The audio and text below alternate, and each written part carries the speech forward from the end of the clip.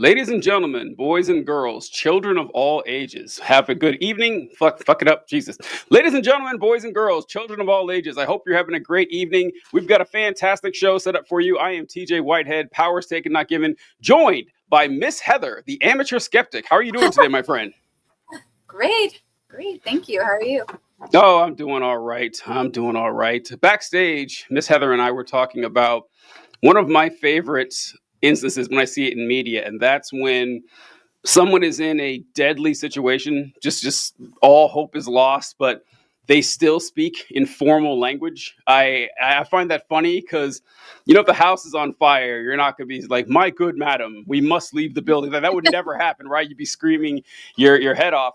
But there was an R&B singer named Sam Cooke back in the 60s. And Sam Cooke was at a hotel. I believe he was with a sex worker. And she had this thing that she would do where she would, go and hook up with her Johns. And while they were taking a shower, she would rob them. Oh. But yeah. And she would rob them, but she also did something else just in case they came out of the shower and caught her or realized that they'd been robbed. She would rob their clothes too, so they wouldn't chase after her, which is just genius, right? Absolutely genius. And Sam Cooke stepped outside, saw that she was gone and that his clothes were missing. And so he was drunk and he kind of like wrapped a towel around him and ran outside of the hotel trying to find her. He couldn't. And this is in the South, too. He's a black man in the South. And he goes up to the hotel front desk and is yelling at the lady, saying that the lady freaks out. She sees this drunk guy and running at her naked and everything. She has a firearm on her and she shoots him. Oh. And yeah. And Sam Cooke hits the ground. He's bleeding out. He did die from this. Oh. And his last words were, "Lady, you shot me." Those are the last words that he said. And I've always loved that story because he said the word lady, which is not the word I would have used, right? I mean, if you just shot me, right? Even if I'm in the wrong, there's a few other words I'm calling this lady before it gets to lady, right? That's not going to happen. And I heard that story actually on NPR from this report that was done on a singer named Harmar Superstar, an active singer in Owatonna, Minnesota. And he has a song called "Lady You Shot Me" that was inspired by that story. And I love that song too. So yeah, good little, has nothing to do with the topic at hand, but I just thought about that when we were mentioning formal language and all. Oh, what a sad story. But yeah, I guess at least there's some comedic relief at the end. The stories, yeah. You know what? One of these episodes, their story about Sam Cooke gets even sadder, actually, what happens after he died. It's actually even worse, but I'll tell that story another time when I got all the facts. It involves Bobby Womack, for those of you who are big fans of 70s R&B. That's why you guys tune into this account, I'm sure. All right, so I wanted to continue, Miss Heather, our study into the case for Christ. Have you been excited about this? Yeah, very excited. It's good stuff. Yeah, we can't wait to get into this, can we, folks? But before we do, I wanted to ask, I don't know if you're aware of this, but there have been some rather major events on the world stage lately and involving the United States and some Middle Eastern country. I can't remember what it's called, but I don't know if you've heard about this lately. Oh, the little tiny war we started yesterday or something. Yeah. That's it. Anything about it. Yeah, that's it. It's I wanted to dropping bombs wherever he wants. Why not, right? Who's gonna stop him? Oh, no. We got a comment. Lady Lavender says, "Hello, can't watch now, but will this video be up later?" Absolutely. We love to take care of you guys. All right. So before we got into the case for Christ, I just wanted to play a few clips from stuff I've seen on the news about this whole Iran situation. The first clip is going to be Ted Cruz, the senator from the great state of Texas, being interviewed by Tucker Carlson. And everything that I'm going to be showing here, well, for the 3 out of 4 of them, are going to tie into the Bible. And in the church religious denomination that Heather and I grew up in, they stressed a lot the importance that of backing the state of Israel and everything they do. Do you remember that? Yeah, I do. Well, what can you remember? Like what happened when they were talking about this? Like what kind of language would they use? Same as I think that I've seen the clip that you're talking about. Same as what Ted Cruz says: those who bless Israel will be blessed. And so, no matter what the current nation state, I think would be the right word, right? Nation state, the current nation state of Israel, whatever they do, whatever their leader does, we should endorse, encourage, or help in any way we can with their agenda. So it doesn't really matter what they're doing. We need to validate all of their choices in any way we can, I guess is like, and I would say that's the same feeling I hear expressed by people in my life now who are still engaged in Christianity, the brand of Christianity that like almost all my loved ones are a part of still. Yep, couldn't have said it better myself. But let's see what Ted Cruz has to say here when moderately pressed on this issue. Growing up in Sunday school, I was taught from the Bible, those who bless Israel will be blessed, and those who curse Israel will be cursed. And from my perspective, I want to be on the blessing side of things. Of those who bless the government of Israel? Those who bless Israel is what it says. It doesn't say the government of, it says the nation of Israel. So that's in the Bible. As a Christian, I believe that. Where is that? I can find it to you. I don't have the scripture off the tip of my. You pull out the phone and use the Google. It's in Genesis. But so you're quoting a Bible phrase. You don't have context for it and you don't know where in the Bible it is, but that's like your theology? I'm confused. I'm a Christian. I want to know what you're talking about. Okay. Where does my support for Israel come from? Number one, because biblically we're commanded to support Israel. But number two, well, hold on. I'm not holding on. Hold on. You're a senator, and now you're throwing out theology, and I am a Christian, and I am allowed to weigh in on this. We are commanded as Christians to support the government of Israel? All right, so that's the first clip we're going to go over. Any surprises there, Heather? Any surprises from what Ted Cruz said or Tucker's reaction? I guess I'm not a terribly like politically engaged person, so I don't know a ton about either of those two people. But I was surprised that Tucker Carlson was saying the things he said. But I was not surprised at all about what Ted Cruz was saying. What Ted Cruz was saying is exactly what I would have thought or said. I don't even know, like maybe all the way up to 2016 or beyond, because I was a straight ticket Republican all the way through the first Trump election. And I would have seen no issues with what Ted Cruz was expressing all the way up till then, I think, because I saw the Bible as a rule book for life that would transcend time. And so if the principle, you need to bless Israel, and so whatever Israel does has to be okay, because that's what the Bible says. Like that's a principle that would transcend time or political issues. So I would have been like, yeah, good job, Mr. Cruz. That's exactly what I think. But Tucker Carlson, I guess I thought, since I'm not terribly politically engaged, I kind of think of conservative people as a monolith. Yeah. The rural people as a monolith in a lot of ways, and I forget that there's a whole spectrum of differing beliefs within each camp. So I was shocked when I saw this for the first time. I'm like, whoa, they're having a fight about this? Like there are people who are conservative who are not Zionists. I guess I never thought too much about that. I'm so surprised, but I'm glad. I loved seeing the Zionist agenda challenged by two conservatives having a conversation, like that they weren't both on the same page about that. It wasn't like a liberal and a conservative. So yeah. It is. There is a interesting split in the MAGA movement that has highlighted something that you're not going to find surprising. I know you're aware of this, but there are basically two types of conservatives. You have conservatives who are racist against Black people and Hispanic people, and you have conservatives who are racist against Black people, Hispanic people, and Jewish people. And that's the one, like that latter one, is where Tucker Carlson falls, in which his opposition towards Israel and the Israeli government is not based on he's not terribly concerned about the fact that they're massacring people in Gaza. That is not high on his list. He doesn't really care.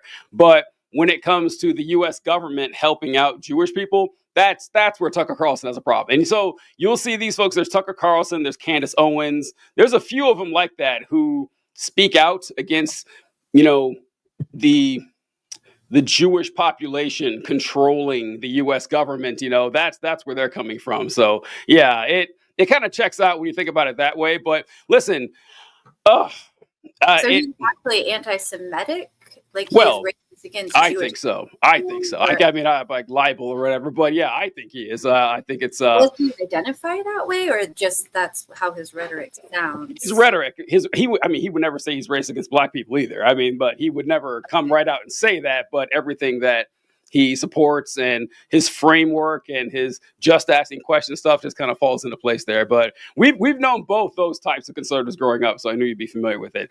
And because some conservatives will say, they'll say like, oh, I think there's a problem with Jewish people, or I think there's a problem with black people, or whatever. Like, or they will say, I am a white nationalist and I don't think there's anything wrong with it. So he doesn't come right out and say that, but that seems to be he might. Believes, or he might. I wouldn't be surprised if he said he was a white nationalist, which is something no one would have said 15 years ago, but a lot of people say it now. I think it's just, it goes down easier than saying I'm white supremacist, because they can frame it as I'm a white person and I love the United States. I'm a white nationalist, and that's like that's not what it means. But we know what it actually is, and they're just not quite brave enough to say it yet. All right, so this next clip is from a guy named Shane Vaughn. You probably don't know who he is, but I've seen clips from him for years now, and he's a right-wing conservative pastor. He's going to sound a lot like the ones that we grew up listening to. Let's see what he's got to say. Israel. Netanyahu rose up lion-like. He is the foreshadowing of the true lion that is getting ready to rise in the land of Israel. And I hope you're hearing me tonight. And that lion that is soon to come, of the tribe of Judah, Jesus Christ, Yeshua the Messiah, the Bible said when he returns that his vesture will be dipped in blood. He's not coming back to play. He is coming back to bring the rod of correction over the enemies of Israel. He's coming to devour the prey, to destroy the tyrants, and to defend Mount Zion. What you're seeing right now tonight, my friends, is not, hear me well, a flesh and blood warfare. The missiles that flew on Friday the 13th were not just iron missiles, but they were spiritual projectiles. America needs Israel. All right, I'm pausing right there. I was going to go. This is Tony Perkins. I don't know if you've heard of this guy, but he's been active in right-wing politics for a really long time. The only thing I want to point out from that is two things I noticed. One, I didn't realize that I forgot the missiles first flew, I think, on Tehran on Friday the 13th. I forgot about that. I remember noticing that last week, but then just kind of slipped in my mind.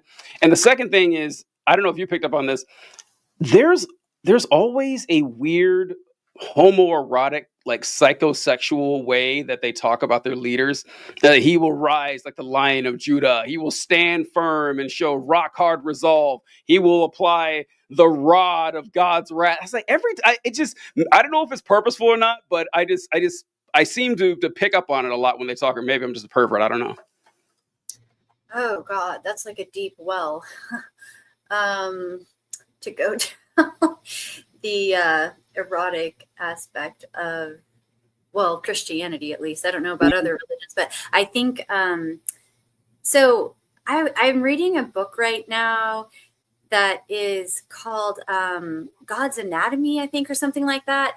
Oh. And and it is talking all about the author. She's a biblical scholar, and she is talking all about how very physical God was conceived to be in like Judaism, once Judaism morphed from having a pantheon of gods into being a monotheistic religion, and before that too, because before that, Yahweh and Asherah were a couple, I guess, and up until when Josiah like needed to take down all of the idolatry centers and have one God, and kind of like rewrote the history for the Old Testament, is kind of what it sounds like. Like that's is not my field, but that was like my takeaway.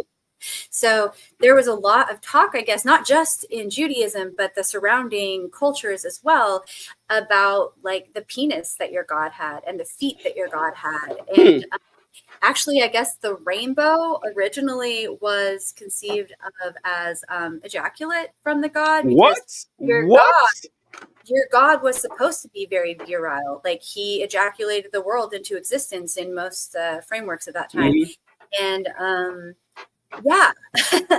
So I think like a lot of the sexual imagery in the Old Testament has been toned down in the English translations that we read now. Wow. But yeah, but so like I feel like I say, it's a deep well. I feel like that was the origin. You wanted your God to be like sexually active and virile, and so there are undertones of that in the scripture, even though we've like kind of whitewashed it in especially like Protestant culture as Christians.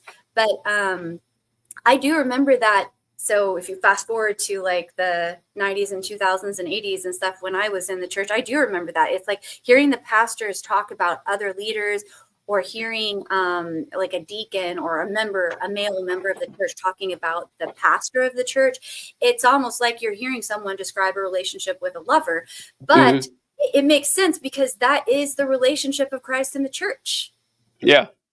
Yeah, like it's supposed to be a romantic relationship. You're supposed to pattern your marriage after the relationship of Christ and the church. And there's so much imagery about that, like losing your virginity and like having your virginity and like all of those things. So I don't know exactly. I don't think there's like a conscious thought about that when the males are speaking of their male leaders in this way. I don't think there's a conscious thought like, oh, I sound like I am attracted to this man right now sexually, but they do a lot of times, or like the way you would talk about a lover, like, oh, our pastor, he is leading us. He's such a brave, strong man, and he is like taking us to the promised land. And I remember hearing a lot of commentary like that growing up. I would never have conceived of it in that way as a child. I'm just like, yeah, this is a great spiritual leader. That's how we think of him.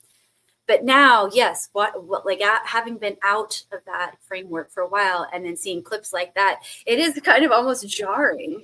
And Trump, I think, talks that way too. There's a content creator on TikTok I love who is a gay man, and he will like do, where he's lip syncing something Trump said, and he's like, to gay men having a public breakup, and he'll be quoting Trump,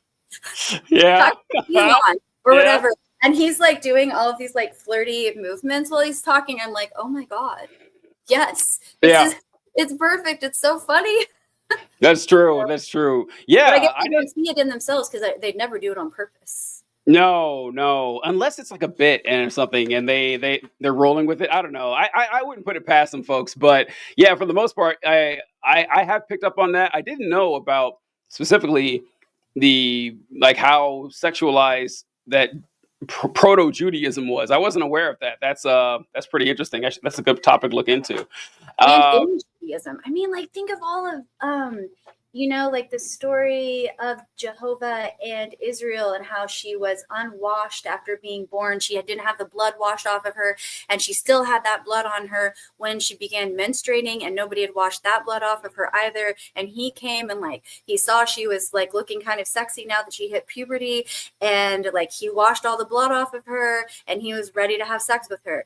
And it's like, whoa, like it's like when we hear sermons about those passages, it's very much turned into like spiritual metaphors, but that seems to not have been the original intent when those stories were written. It was like they literally as much as I think it's hard because the framework was so different than our own, but it wasn't like, oh, this is just a spiritual metaphor. Like it's like if you do just take the Bible literally at face value, which is what we were always told to do, it all makes so much more sense. It makes a lot more sense. Yes, they would do this a lot with Song of Solomon. They would always say Song of Solomon doesn't mention God not one time, an entire book of the Bible where God's never brought up. It's all about how these two people want to fuck, but it's all right because this is just a metaphor for Christ's relationship with the church. Like two concepts that they had never heard of back then, Christ or the church, when this book was written. But that's what it means. Trust us. Like when he's saying that he wants to ravish her breasts. Yeah, trust me. This has nothing to do with actual sex. That would be untoward. But yeah, this is all metaphorical. That's a good point. Okay, so this next clip is going to be Tony Perkins. He's from the Family Research Council. The reason that I know Tony Perkins, or I'm so familiar with him, is that when I grew up in Fort Leonard Wood, Missouri, and I would drive around the afternoons, and I would listen to the radio, and Tony Perkins, what was his name? Paul Harvey and Rush Limbaugh. I would hear these clips from him and everything. But Tony Perkins was always speaking in Washington about Christian causes, and he's still active, amazingly enough. But let's see what he had to say about Iran. America needs Israel more than Israel needs America. By standing with Israel, we unlock the blessings of God. As God promised Abraham in Genesis 12:3, I will bless those who bless you, and I will curse him who curses you. And in you, all the families of the earth shall be blessed. The prophet Joel says nations will be held to account by how they treat Israel. For behold, in those days and at that time, I will gather all the nations, and I will enter into judgment with them there on the account of my people, my heritage Israel, whom they have scattered among the nations. They have also divided up my land. This is not just about ancient empires. This is a prophetic declaration that includes all modern nations, including the United States. Now, let me be unequivocal. For those who say we cannot afford to support Israel, I say we cannot afford not to. If we abandon our support for Israel, we will soon discover that the account of God's blessing on America is overdrawn. We have long benefited from the undeserved favor of God. This is more than geopolitical. It is about biblical truth. All right, so not much to add with Tony Perkins, I don't think. Because I want to wrap it up. I have gone long here. I'm sorry, but this is just Donald Trump in his address to the nation last night. I thought it was just fitting to end with this to see how our great leader talked about this event. And I want to just thank everybody, and in particular, God. I want to just say we love you, God, and we love our great military. Protect them. God bless the Middle East. God bless Israel, and God bless America. Thank you very much. Okay, I just had to pull that up there. That we want to thank God. I just want to say we love you, God. It's just like I don't know. What are your thoughts on that before we move on? About the Trump clip? Oh, either one, yeah. But the Trump, yeah. The first clip, I just am so struck by. Good job on him. He actually had his references ready to go. Genesis 12:3. Yes, yeah. Unlike Ted Cruz. Mm-hmm. Yeah. The magical thinking, like that, it's impervious to assault. That is why it's like if you believe you're a Christian and you believe the Bible is God's word and you believe God's word is infallible, like it doesn't matter if it makes sense or not. Mm-hmm. It doesn't matter if the ideas align with your own better judgment. All that matters is that's what God said. I cannot expect to understand the mind of God anyway. So it might not make sense to me. And that's okay. I still have to do what the Bible says. So like I've heard people call that magical thinking. And that was how I always thought growing up. I remember sometimes doing or saying or participating in things that felt wrong to me, and I did not like doing it, and I didn't want to do it. But I knew it didn't matter how I felt about it because that's what God's word said, and God knows better than I would know. And so it's just insane to think of like building your like your foreign affairs policies for your country on magical like statements from a book that was like comprised thousands of years ago, and you know what I mean, like but there's no arguing with it because it's not Nope. based, it's not rooted in rationality, it's not rooted in logic. So you can use any kind of logical or rational arguments you want. It doesn't matter because it boils down to the divine entity I worship said I have to do this. So it doesn't matter what you think about it. It doesn't even matter what I think about it. I may not like seeing human beings who are alive in Palestine being run over by steamrollers. I might not like that. I might not like knowing that children are being bombed in hospitals or starving to death because they're being shot when they're standing in line to get food. I might not like that, but it doesn't matter because the genie in the sky said that's how it has to be. And so I have to be in favor of it. Like, it is really disheartening. It I is. don't know how you can argue against it, and it is creating so much damage in the world, and it is viewed in such a positive light in our culture. Yeah. It's kind of horrifying to me. It is. The fact that Ted Cruz can just say that, well, you know, the Bible says this, so obviously, as a United States Senator, one of the most powerful people in the country, I think we should do it. That should be immediately disqualifying for public office, honestly. Immediately. Like, okay, you're not acting on logic at all. You're taking this ancient book that you can't even reference. You don't even know what it's talking about, like what the verse actually says. Yeah, and he also said, I remember that quote that, because Tucker Carlson asked him, so the Bible says that we should support the government of Israel? He says, no, it says we should support the country of Israel. Doesn't say that either. Like the actual verse, Genesis 12:3 says that God promises Abraham, I will bless those that bless your descendants and curse those that curse your descendants. At best, you could say that it says the Jewish people, but it doesn't say anything about a country, but they just extrapolate on there. It is pretty insane.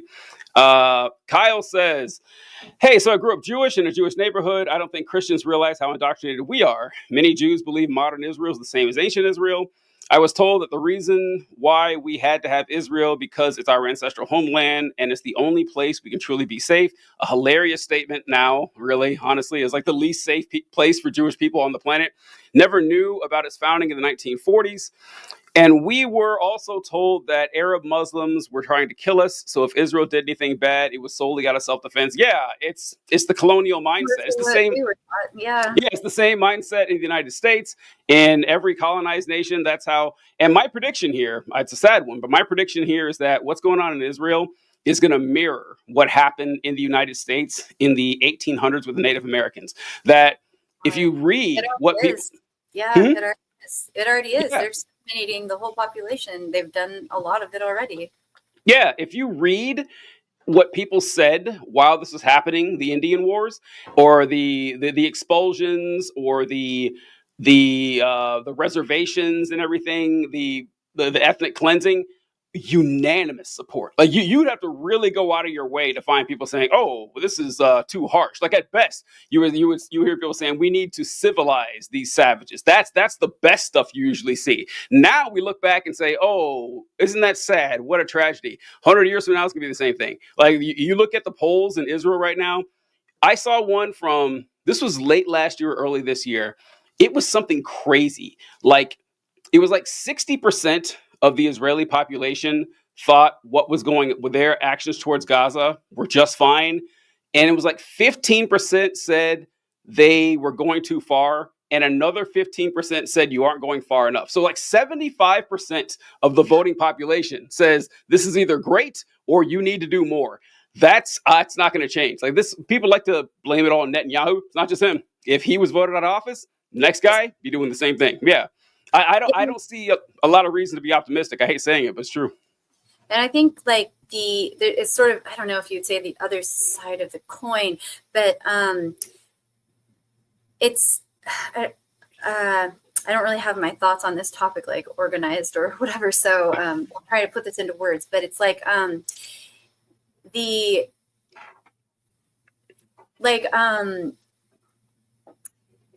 so the other day, one of my clients who is young, she said to me, I'm low-key anti-Semitic. And I was shocked to hear her say because she is a very liberal-leaning person.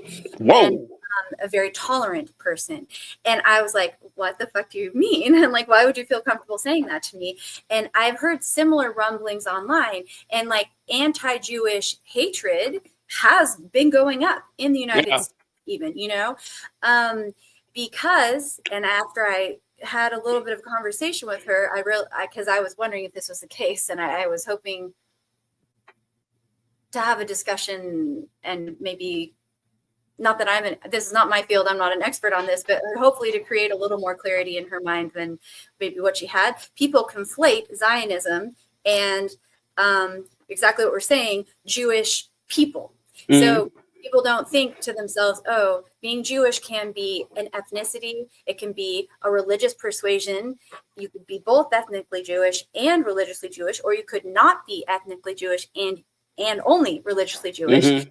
Be ethnically Jewish and not religiously Jewish. You could be culturally Jewish. You could be functionally Jewish. Like it means a lot of different things. It could be like a lot of the things all at the same time, or only one of them, or maybe two or three of them. And then there's the nation state of Israel, the government of Israel, and Zionism. And it's like, being a Jewish person ethnically or religiously does not mean you are a Zionist. Many ethnically Jewish people are anti-Zionist. Many of them repudiate Netanyahu and his administration and everything they're doing. And so that is what she was doing. She was conflating, like, if you are Jewish, that means you are a Zionist. And so you see what I mean? It's like problematic on both ends. People don't, it's such a complicated, twisted up issue. People all through the arguments is like they don't really understand. So not that I totally do myself, but you see what I mean? Like, it's very troubling. Good thing you caught that before she said that, like, to someone else. Like, that is not what that is, yikes, big one right there. But yeah, it is sad. I don't know. I do understand why a lot of people, if reflexively, take the pro-Zionist argument, because that's what we were all kind of taught. We grew up thinking Israelis good, Muslims bad. That's essentially what we were taught, since we're old enough to listen. Like, that's all you needed to know. So, I just wanted to start off a little light banter before we got into the Case for Christ there. Sorry about that, but that was what I started to go with. But okay, so we're hitting chapter 2 of the Case for Christ. Miss Heather, you started looking at chapter 2. What were your overall, like, how would you introduce this? What chapter 2 was about? So I wanted to divide chapter 2 in half. And so I went through the first 4 tests, because the chapter is called Testing the Eyewitness Evidence. And so the 4 tests he started with were the intention test, the ability test, the consistency test. And I put the most time myself into the intention test. But before he starts listing the 4 tests, I think this is his pattern. It seems to be the beginning of the chapter is a story. And he uses the story, I think, to partly demonstrate, like, oh, I have a lot of really great credentials here, because this is a story from when I was a reporter at the Chicago Tribune, which is something he mentions over and over again. And I just want to say, I have tried so hard to track down any online evidence that he ever worked at the Chicago Tribune, or that these stories were ever published in the Chicago Tribune. I was on their website. I searched for the dates. I finally found at least, he does have some footnotes, and you can see some of these things in the back that he's citing. But like, even when I look up the date, but I think they just don't go that far back. It's just so old. They're all from the 70s. So I'm not saying he is lying about these things, but I even like contacted the Chicago Tribune, like trying to find. I have not been able to track down any of these original stories, but I'm assuming. Yeah, it is a little interesting. That's weird. Yeah, huh? I never even thought to question it. That's fun. Yeah, I just have a few little suspicions because of how he seems to paint the facts without actually lying, but in a way to like kind of make you think things are true that maybe aren't exactly true. and it's all throughout this book. So it makes me wonder about his storied, colorful career at the Chicago Tribune. I would like to know more about the facts surrounding that part of his life. And I have not yet been able to discover anything about it, and anything at all, good or bad. But anyways, another book I was reading recently was talking about how authors of antiquity viewed facts and recording historical narratives. And he is talking about that in this chapter. And I just want to give credit here, because this is, like I say, not my field. It's just an interest of mine. This scholar named Dr. Matt Baker, and he has a channel called Helpful Charts or something like that. I love his channel. And I heard an amazing video from him describing this technique that authors of antiquity would use when they were trying to record historical facts. So like, it wasn't like the historical facts now where it's like, we need to see this is fact, this is fiction, this is hyperbolic, and this is just literally true.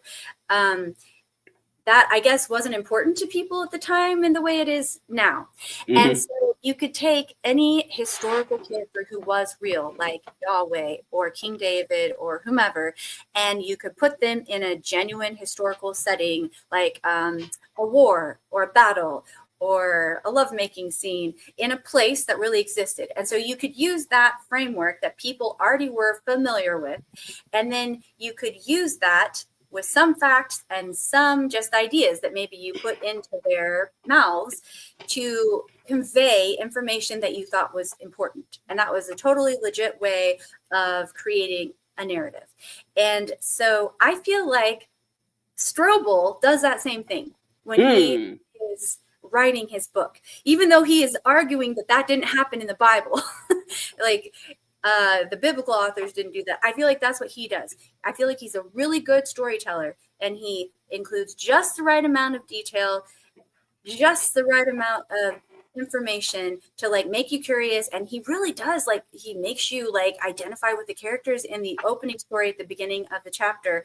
And then I feel like he sets you up to feel an emotional response to this story, and then he substitutes the characters from the story for the narrative, like his rhetorical goals later in the chapter. So to me, it's like this story he tells of Michael, who is this young person who was walking out of his apartment with $2 in his pocket and then got shot in the face by these ruffians who wanted to rob him.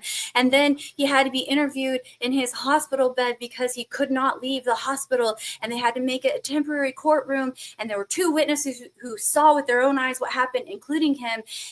Or in addition to him. And so these 3 eyewitnesses, like, he barely could whisper his testimony, and it's like horrifying to hear like this story. It's like, oh my God, like this is so awful. And you feel like such a strong emotional response to his story. And then he's like, but the defense lawyers, their job is to cast doubt on the eyewitness testimony. And they tried really hard, but the evidence was rock solid. And with nothing but the eyewitness testimony, these criminals were put in prison where they belonged. And Michael died weeks later. And it was so sad. And I, as a reporter at the Chicago Tribune, am just like recording, and like he kind of like will sometimes say something almost like in favor of the side that he has built up your emotions to, Right. Which is kind of like a sales tactic, right? Which makes him seem more reliable, as he's like an incredibly reliable narrator. You can trust me. And so it feels like he sets up those 3 pieces in the story: the eyewitness, people who are recounting these events that happened and how very reliable they were, and how that's all you needed to know that what happened was true. Him, the reliable narrator, and then the skeptical defense lawyers. And like you feel a certain strong emotion towards all 3 of these literary devices he set up, and then he just trades them out for skeptical atheists, the authors or content of the New Testament gospel, and then him still as the reliable narrator. And I think you can't help as a human being but transfer those emotions he cultivates in you from the opening story to the 3 characters when he like trades them out for the authors of the New Testament, skeptical atheists. who would dare to try to throw question onto Michael's testimony. And then him as the reliable narrator was like, well, I was really skeptical too. I had all these questions, and these are good questions. And you see what I mean? So that's how it felt to me. Yeah. In the beginning. Yeah, he does this a lot. I'm curious to see if he continues the exact same theme throughout the book, where he treats this not necessarily as a historical excursion or an archaeological or what's the sociological study. He treats it like a court case. He's done this multiple times, and it's Yeah. like that's not Because how it's a history. case. Yeah, it's a like case. it's what. It's a case. It's the case. Yeah, the case. Yeah. Oh, So you're every right. story is like Of course. a court Yeah. case. Mhm. Yeah. And that's part of what I mean by him being a good writer. He like sticks to the theme. It's like so Yeah. cute, really. It's like, here's another case that proves my Yeah. Yeah, that's a good point. It's called the Case of Christ. I can't believe I didn't catch that. Yeah, but it's this is like we don't decide historical facts in courtrooms, or we don't establish historical curricula in courtrooms, right? I mean, for an individual thing, I guess, but to decide like the historicity of the character of Jesus Christ and does God exist and is he Jesus? Like that's never going to be decided in a courtroom. It's ridiculous, but he does play this. What's also funny is you said that they have the three characters. You have the reliable narrator, you have the eyewitness, and then you have the skeptical prosecutor. What is interesting here is that he plays, like you mentioned, both the reliable narrator and the skeptical prosecutor, which cannot be the same person, right? That's not how this works at all.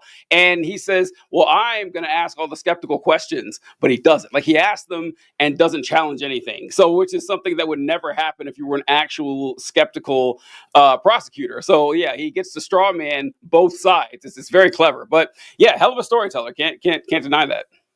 Yeah, the stories are just like, whew, breathtaking. And the details he includes, like saying specifically that Michael had the $2 in his pocket and he was shot in the face.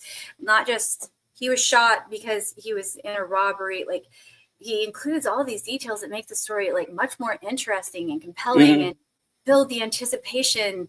And I feel like he hooks your interest in with the story at the beginning of the chapter, and then when you move forward, you're already so interested when he begins making his points after that.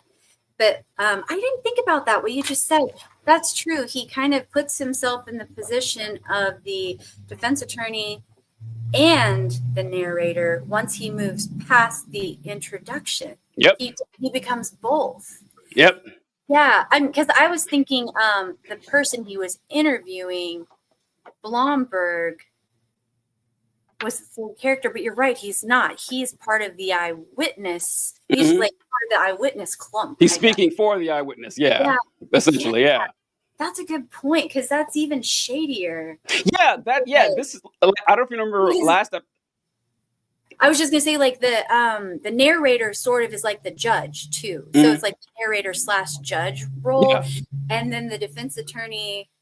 Like you couldn't possibly have someone be a lawyer and judge in the same case, and that's what he does. I didn't even get that. That's such a good point. This is why. So I don't know if you remember last episode we talked about this and how I just came straight out and said Strobel is lying. I think he's a dishonest hack who is manipulating people's emotions. And that's actually what did it for me. Because if this was an actual study, like he said, he would not be the skeptic. He would interview Blomberg, and then he would go interview Karen Armstrong. He never does this. He only talks to the person from one side and says, oh, well, there's no need to talk to the skeptic. I'm the skeptic. No, that's not how this works at all, man, which is that's what told me this is clearly, a charlatan trying to rake in money from people who want their beliefs affirmed. But we were saying that there's a series of tests here, and Miss Heather and I are going to go over 4 of them. And the intention test, she mentioned this first, which is a great point, that when you're looking at historical data, especially from antiquity, from thousands of years ago, you have to realize that the way we view history, which is weird to think about, because I don't know why else you'd view it any other way. It's kind of strange. It's kind of odd, but it's not the same. Like, it's very important for us to have as much certainty as we can about specific facts, about specific occurrences, dates, locations. Like, we want this to be like, if you had a video camera and you recorded it, we want to say exactly what you would see. That's not how they saw it. A lot of times in the recording history, where they said, well, here's a general idea. You know what? It's kind of like watching a biopic or something. If you watch a biography about George Washington or Martin Luther King or Elvis Presley, you're aware, right, that there's going to be literary license or poetic license taken to make this entertaining. And so you're not going to take biopics, oh, this absolutely happened, everything. No, you're going to compare with other things. And when you see consistency, okay, that almost certainly happened when it appears time and time again. But I'm not going to assume that all this stuff is real. And he acknowledges that. And we'll get to it later in this with the question, because I think you mentioned it, Heather, is where he says, well, you got to realize the gospel writers, they do that too. But it's also 100% the word of God, which both cannot be accurate, which is the lane they try to play. Is that correct? Yeah, that's what it seemed like to me. Like, so I went through the first time and read and wrote notes like in the book. And then I highlighted questions, like specific questions I had. And then like the next time I went through and tried to answer my questions. And the first question I had was under the intention test, where do you want me to just kind of read it, because maybe people haven't read? Yeah, you can tell me. I have the PDF of the book and I can find it. We can read it to the audience. Tell me what it starts off with. So the intention test on page 42, this test seeks to determine whether it was the stated or implied intention of the writers to accurately preserve history. So that's the question of this whole section. Were the writers of the Gospels trying to accurately preserve history? And did they imply or outright state that that was their intent? And so in quotes, he said, were these first century writers even interested in recording what actually happened? I asked. That's in quotes. And Blomberg nodded. Yes, they were, he said. You can see that at the beginning of the Gospel of Luke, which reads very much like prefaces to other generally trusted historical and biographical works of antiquity. And then he picks up his Bible and reads like the beginning part of Luke, where Luke says, I'm trying to write this down so you'll know what happened, basically. Yes, yeah, that's exactly it. And I was just like, once again, so the question I wrote down, I underlined that part where he says, other generally trusted historical and biographical works of antiquity, they have these, they begin with these same stated intentions, and they are generally trusted. So I thought, one, just answering the question, yes, that is his answer. Yes, they can be trusted. And lots of other similar authors from the same time who are trusted by people now, and their works in that same way. And I was like, okay, I would love any kind of citation of like who all of these other generally trusted authors are, so I could see these examples for myself and know that what you're saying is true, instead of just, you said yes, so I guess it is true, because you're an expert and I'm not, so I guess you're telling the truth, but like there's no evidence. I would like to see some proof to let me know for sure that what you're saying is true. And so I put which ones, how can I know if this is true or not? And how can I verify that this is a scholarly consensus? So I just was Googling around trying to find, I searched like, who are similar authors to the authors of the New Testament Gospels, and how did they start out? Did they like state their intent to be historically accurate? And what I saw was, yes, he's right. The list of the authors of antiquity that the AI generated answer pulled up were Tacitus, and I forget who all else, but they were like historians from that time who we've heard of and who scholars now do study and try to understand. And they said, I'm telling this story to tell this narrative that actually happened, right? Like all of that is true, but it's like, he's taking that piece of truth and saying, so that means everything in the Bible is historically accurate, but not saying, but Tacitus and all these other historians, nobody thinks that everything they wrote was true. And nobody is like using their writings as a guidebook for life in 2025. And nobody is claiming that these works are divine, even though at the time a lot of them did say that. So they would trade out these literary devices that they were using, like a person or a place or a thing, and the things that those people, places, and things were meant to communicate, they would put whatever moral message they wanted to communicate into that context as a way of, convincing their audience that what they thought was morally true was true. And so now we just like take whatever facts we have been able to verify through archaeology or other contemporary writers from the time, and we keep those facts, but we don't maintain the ideology they were trying to convey anymore, because we're like, oh, well, obviously, like, I don't believe that there were cyclopses walking around killing people or whatever. We aren't basing our life choices on the Odyssey or the Iliad, or even though we are saying, yeah, those are reliable authors. So it's like he just takes the little pieces that are true and states them and makes false equivocations. Yeah. No, there is a lot of that. Yes, that's 100% accurate. That whenever you look at it is, he says that, we can expect from the gospel writers, since they stated their intent was to record the ministry of Jesus of Nazareth, that we can compare this to historians from antiquity, like you mentioned, Josephus or Tacitus and folks like that. And yes, absolutely, nobody would ever say every word that Josephus wrote is accurate. How dare you question it? He said he was trying to write accurately what happened. So it's obviously true. And I mean, I haven't read all the chronicles, the writings that Josephus or Tacitus or anybody wrote, but the second they said some magic happened, I was like, okay, I'm not going to believe that. I don't care what they said. I don't care if it's consistent with other historians. And your point is especially weakened when you did a rather long throat clearing about how, well, people in the past didn't write actual history. It's like, so once again, you can't have your cake and eat it too. I was trying to find it. I can't remember who wrote this. Like, I know this happened. I'm not making this up. But there was a Roman author, like a Roman writer. I want to say Pliny, but it seems too easy. It can't be Pliny. I would know that. But he wrote, I remember reading years ago, and have you ever heard this? You know how elephants are very intelligent creatures. And elephants, they cry when other elephants die. They go back to mourn sites where other elephants. That they, The moon thing. The moon thing. Oh, something.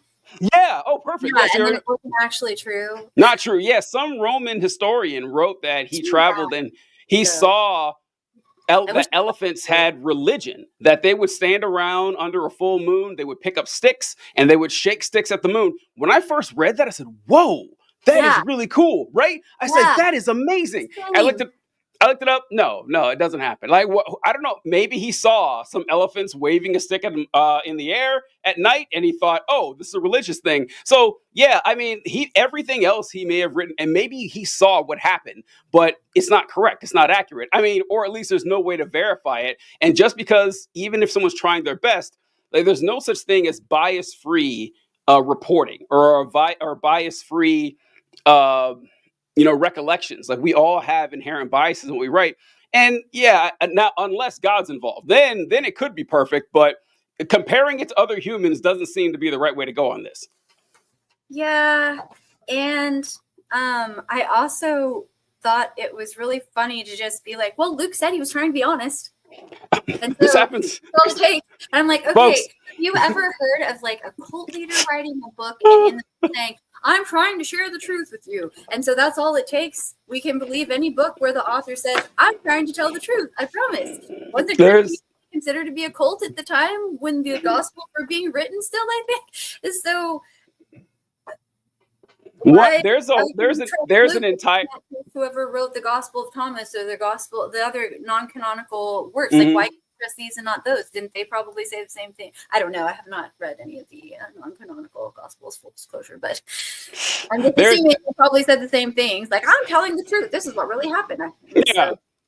there's an entire section on this thing. Well, we'll get to it a little bit, but there's an entire section on what she just talked about. But yeah, so because that's a great point. It's a great question because it is absurd that, well, I'm sure these guys wouldn't lie to me. These folks who are actually anonymous, but I trust that it is the person and that it's an honest representation of what actually happened. So I wanted to pull up about this because what I wrote down here was the intention test. Was it the intention of the writer to accurately record history? Blomberg says yes. And Blomberg states that the historical accuracy of the Gospels can be trusted because you don't find outlandish. Or, you know what? I'll pull it up here. Here's what I'll read. I actually have this highlighted up here because it is such a great quote here. This is on page 40. And it says, I'll grant you that. Well, actually, I want to start here. The only other statement of purpose in the Gospels comes in John chapter 20, verse 31. These are written that you may believe that Jesus is the Christ, the Son of God, and that by believing you may have life in his name. That, I objected, sounds more like a theological statement than historical one. Strobel is right. That is a straight up theological statement. That is not saying I'm here to record history. He's saying I'm here to convert you to my religion. Blomberg says, I'll grant you that. But if you're going to be convinced enough to believe, the theology has to flow from accurate history. Besides, there's an important piece of implicit evidence that can't be overlooked. Consider the way the Gospels are written in a sober and responsible fashion, with accurate incidental details, with obvious care and exactitude. You don't find the outlandish flourishes and blatant mythologies that you would see in a lot of other ancient writings. What does all that add up to, he asked. Then he answered his own question. It seems quite apparent that the goal of the gospel writers was to attempt to record what had actually happened. I could not take notes fast enough when I read this. That part made me so angry. I was stunned at the balls he had to say something like this. I mean, you could have said a whole lot, right? A lot of stuff that could have Reading of the 5,000 was such a sober recollection of historical facts. Yeah. I wrote down here. This is just top of my head. Just top of my head. Here's what I thought of when he mentioned that you don't see outlandish flourishes. You don't see them like raising several people from the dead, talking to demons before evicting them out of human bodies and into pigs, controlling the goddamn weather happens in the gospel. Walking Jesus on the stops. water.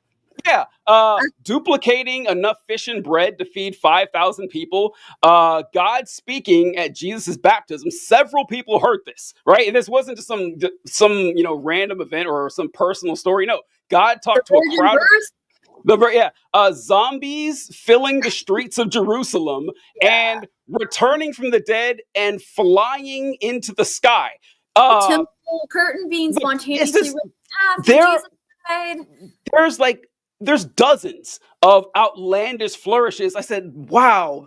And guess what? Strobel doesn't challenge him. Just moves right on. Nothing. Nothing at all. Yeah. Yeah. And is this the part where he says, my page numbers are different than yours, but okay. So I can't, let me see. So he said on page 42 for me, which is on the right underneath the first intention test, as you can see, Blomberg continues, Luke is clearly saying he intended to write accurately about the things he investigated and found to be well supported by witnesses, just like Michael's witnesses that we just heard about. All you need to convict a killer. And then he put the next paragraph, it seems reasonable that Luke's historical intent would closely mirror Mark and Matthew's, even though Mark and Matthew did not actually say, hey, we're trying to tell an accurate history here, which I am puzzled a little bit by all of this because I don't feel like I say, I don't feel like an author saying I'm trying to tell the truth here is any kind of proof that what he's saying is true. And so why does it matter? Why the fuck does it matter if Matthew and Mark said that they had that intention or not? I don't feel like he proved yet that Luke was telling the truth. And I also put how can I verify that this is true? He didn't give anywhere to go to check. He didn't give any examples. And then he put, the only other statement of purpose in the Gospels comes from John, and he wrote these things are written that you may believe, which is like what you were referencing before. So that seems like a theological statement, and the theology has to flow from accurate history. But like, why? Because if people at the time didn't see, like, I remember in school, in English class or whatever, learning about the different types of writing that I would be able to use, or for writing a speech or an essay. And there was persuasive writing, and there was like just I forget what it was called, but the kind where you're just like trying to present facts and you're not trying to give us like any kind of coloring to the facts. These are just the facts that happen, and like those are supposed to be like two different kinds of writing. And then there's like storytelling, which doesn't have to be based in facts. It can just be an interesting story. And to me, it sounds like at the time when the Gospels were being written, the people who wrote the Gospels, as well as their contemporaries, were not writing like in these separate categories. They were all just mixed together. It doesn't matter which things are facts. It doesn't matter which things are interesting storytelling devices. And it doesn't matter if, like, in fact, why would I write if I wasn't trying to persuade you of something? I'm using the facts and the storytelling, weaving them together to persuade you that my moral imperative is correct. And that's why these historical things happen. And so if you can't even, they haven't established that the things are true, what are we believing in? Like, what the theology has nothing, no basis. Like, why can't it be a mythology and we can take some ideas from it? That seems like such an easier way of reading the scriptures. It makes so much more sense. Yeah, it seems like Strobel is dead set on ignoring implicit intent and searching for explicit intent, and acting like the explicit intent means more, because it doesn't. Like, it doesn't, right? I can tell you I'm doing something all day long, but my actions are going to be what really matters. And if we want to stick to the court case example that Strobel keeps using, he might as well say, well, Your Honor, that person must be telling the truth. They swore to do so. That's basically the same thing, right? There's no difference in him saying that, well, if he says this is an accurate telling of the events, it must be an accurate telling of the events. It's really lazy. Yeah. Actually, that's a really good point. I never even thought about that, because he says in the story, the what's it called when you're the one who's accused, the perpetrator of the crime, the ones who assaulted the Michael, they did not say that they hadn't shot Michael. They said their intent was not to shoot Michael. They were just like waving the gun around, and they accidentally shot him in the face because the gun went off while they were waving him around. And so if he uses the same methods for proving his point that he used in that story as he's using here, then that should mean case closed. Done. Yeah, case dismissed. We're out. Yep. Defendant is innocent of all. Yeah. So it's fine. Yeah, absolutely. All right. Did you have anything else on the intent section? I had one more in case you.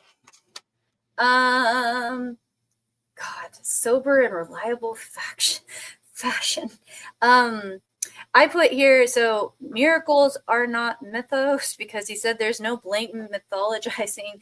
And I wrote, people write unfounded nonsense all the time. If Jim Jones wrote a book and begins with a sincere statement, does that mean you can just trust whatever he says and trust his intent? I think that was most all of what, and I also put, like what I said before, wasn't Christianity considered to be a cult when it first started? And Jesus, Peter, and Paul were all considered to be cult leaders. Isn't that how messiahs and prophets and zealots were viewed at that time? Like, kind of. I mean, I know it's not exactly the same as how we view cult leaders now, but I feel like it's kind of similar. And under the answering objections, that's kind of the next section, but it's still part of the intention. Yeah, okay, that's what I meant. Yeah, okay, I had it under answering objections too. So yeah, go ahead and roll into that then. Yeah.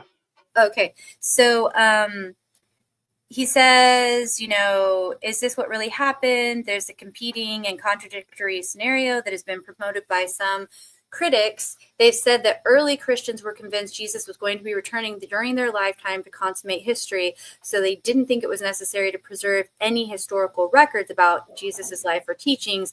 Why bother if he's going to come and end the world at any moment? And so that was the setup for the question, the first objection. And this is the quote from Strobel. So I said, years later, when it became obvious that Jesus wasn't coming back right away, they found they didn't have any accurate historical materials to draw on in writing the Gospels. Nothing had been captured for historical purposes. Isn't that what really happened? And this is what I was saying about the salesy tactic, because I just wrote like a reminder of this story of my friend who used to sell Pampered Chef. And the first time I ever experienced a salesperson doing this, she's like, oh, don't buy this item. This item from Pampered Chef is terrible. It's really bad quality. And that made me trust everything she said about all the other Pampered Chef items so much more. If she had only said positive things about Pampered Chef items, I would have been like, okay, well, you're obviously trying to sell me something because you're a Pampered Chef salesperson, right? And I feel like that's exactly what he is doing here. He's like, oh, I have my doubts about this. Isn't this a hard-hitting question that proves you wrong, Christian? Yep. Like that. And so I just thought that was kind of a funny thing about it. But I wrote here, actually, that's a pretty good question, though. I did think that was a pretty good question. And I then wrote down a whole bunch of stuff about Mark 13 and Matthew 24, because Blomberg, the rest of his question is, there certainly are sects and groups, including religious ones throughout history, for which this argument works, but not with early Christians, is what Blomberg said. And then Strobel's like, well, why not? I challenged him. What's so different about Christianity? And Blomberg said, first, I think the premise is a bit overstated. The truth is the majority of Jesus's teachings presuppose a significant span of time before the end of the world. And I was like, what? Immediately, like the first passage that comes to mind for me is this generation shall not pass in Matthew 24. And so then, God, I probably spent like 2 hours trying to figure out, because I know that is like a little bit controversial of a passage, because it can't be true if you believe the Bible is literally true, because the prophecy didn't come true. And so I was trying to see like what legit arguments do more conservative theologians or scholars have to say why this generation shall not pass was not a false prophecy. And to me, it seems like when you boil it all down, what it comes down to is, well, it can't mean that because it didn't happen that way. Yeah. So, and the Bible has to be true. And the generation that was alive when Jesus was speaking to the people there did die, and the world didn't end. And so that can't be what it meant. It had to have meant something else, like a spiritual generation, or maybe the generation of Israel or whatever. But like the temple did get destroyed. So in AD 70, and like that generation hadn't passed by AD 70. So, but it's like, you can't say, so that part was true and the other part didn't happen. Maybe it was supposed to be, that part was supposed to be fulfilled at a different time. I don't think you can say that. And then there's like, there are several parallel passages in the Bible, which to me, and Paul, when he was writing, which I guess some Bible scholars feel like Luke and Acts should be combined into one book. That's really the way they should be read, because they seem to have been written by the same author or whatever. I think that was right, Luke and Acts. Yeah. And but Paul, like throughout his, I feel like it's so clear. He's like, don't get married and have kids because Jesus is coming back. So there's no point in putting your energy into that. Just try to like make sure you're living for the Lord and like telling people about the gospel right now. So I don't get how you can just say, just like, oh, well, the teachings of Christ presuppose that there would be a long span before the returning of the Lord in the end of time. I don't think that's true. And he doesn't prove that it's true. He just says it's true and then moves on. Yeah. It's really frustrating. This is probably, if it wasn't the first chapter, the second chapter is definitely when I started to get really annoyed when I first read this book 20 years ago or whatever. It's just like, what is happening here? There's no actual, there's no sincerity in this questioning. Like you're just it's like when you're talking to a kid who like you think ate some cookies and it's like, so you're telling me you didn't get the cookies in the cookie jar? Like it's Exactly. stupid fucking questions, and it's like, and they're treating it like this is No. hard hitting journalism here. It's a a mouthful of chocolate and everything. Yeah. So I wrote, I don't know if you saw it, but I highlighted almost the exact same thing that you were talking about when you were reading here. Pretty much, I think the first three paragraphs you read, and he was saying basically that Christians were convinced that Jesus was going to be returning soon. And what I highlighted here is that first, I think the promise is a bit overstated.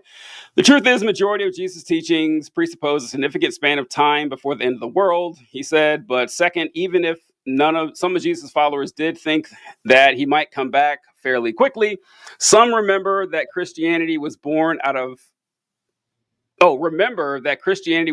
Judaism. For 8 centuries, the Jews believed that with the tension, For 8 centuries, Jews lived with the tension between the repeated pronouncements of prophets that the day of the Lord was at hand and the continuing history of Israel. And still, the followers of these prophets recorded, valued, preserved the words of the prophets. Given that Jesus' followers looked upon him as being greater than a prophet, it seems very reasonable they would have done the same thing. I didn't even know what that meant. He was saying that, listen, you got to realize that the Jewish people were looking for the coming Messiah, and that took hundreds of years. So when Jesus said, I come quickly, he was a greater prophet, so it would take even longer. I said, what? That there's the prophets of Israel never said, oh yeah, the Messiah is going to come before you all die. They never once said that. That never happened. And I wrote down, I forgot the passage you used, but the passage that I pulled up for this was Matthew 16:28, when Jesus says, verily I say unto you, there be some standing here which shall not taste death till they see the Son of Man coming in his kingdom. And it's like, well, that seems pretty straightforward, right? Like, I don't think that they were crazy for thinking that Jesus was coming back after he word for word said, oh, all you folks here, you're going to see it. Not your grandchildren, not 5-10 generations now. You personally, someone in this room is going to see it. And it's like, that seems like you got to go out of your way to make it seem like it's not saying that, because you're right. A lot of people try to twist it. I don't know if you ever heard about this. I remember people talking about this years ago about the wandering Jew or something, where they'd say that since Jesus said someone here will see my return, that there's some immortal person from 2,000 years ago who's still around, who can't die until Jesus comes back. I remember people talking about that. I never heard it from the pulpit or anything, but I don't know if you heard that mentioned. Yeah. No. But that must explain the name of the plant. I always wondered. I just thought it was because that's a plant. I didn't know that. Oh, I know that. I had one right over there actually. That's crazy. Yeah, I always try to not call it. I was always taught to call it a wandering Jew or a purple Jew because it's a purple. But seems like a problematic name. But I don't know another name for it. I keep meaning to memorize the Latin name for it because I feel like really I don't want to call it that name anymore. Yeah. I kind of paused. Before I said it too. I was like, oh, yeah. It's really big and long, and it keeps going and going. So that's, I think, where the name, I guess, came from.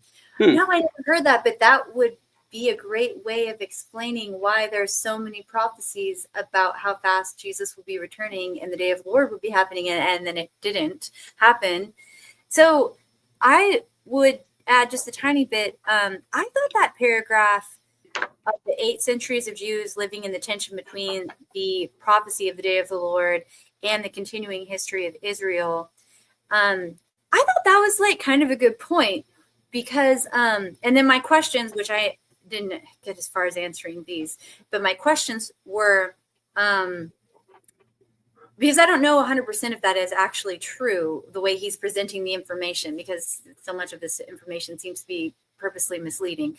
But, when did Judaism begin? It's hard because I know religions develop and they develop out of other things. And so maybe it's hard to say exactly when Judaism is Judaism. By this date, it is Judaism for real, or the Judaism we would recognize now began at this time or whatever. So who knows?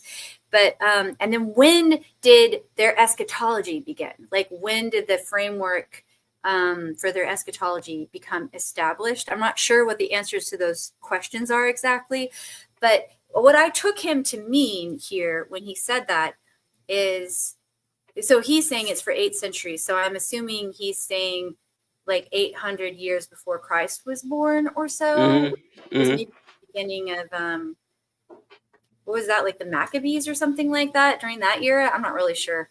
But anyways, I don't remember, because I don't have the whole Old Testament memorized. I don't remember exactly how the prophecies about the Messiah, how specific they were, or like if there was a deadline that he needed to come by.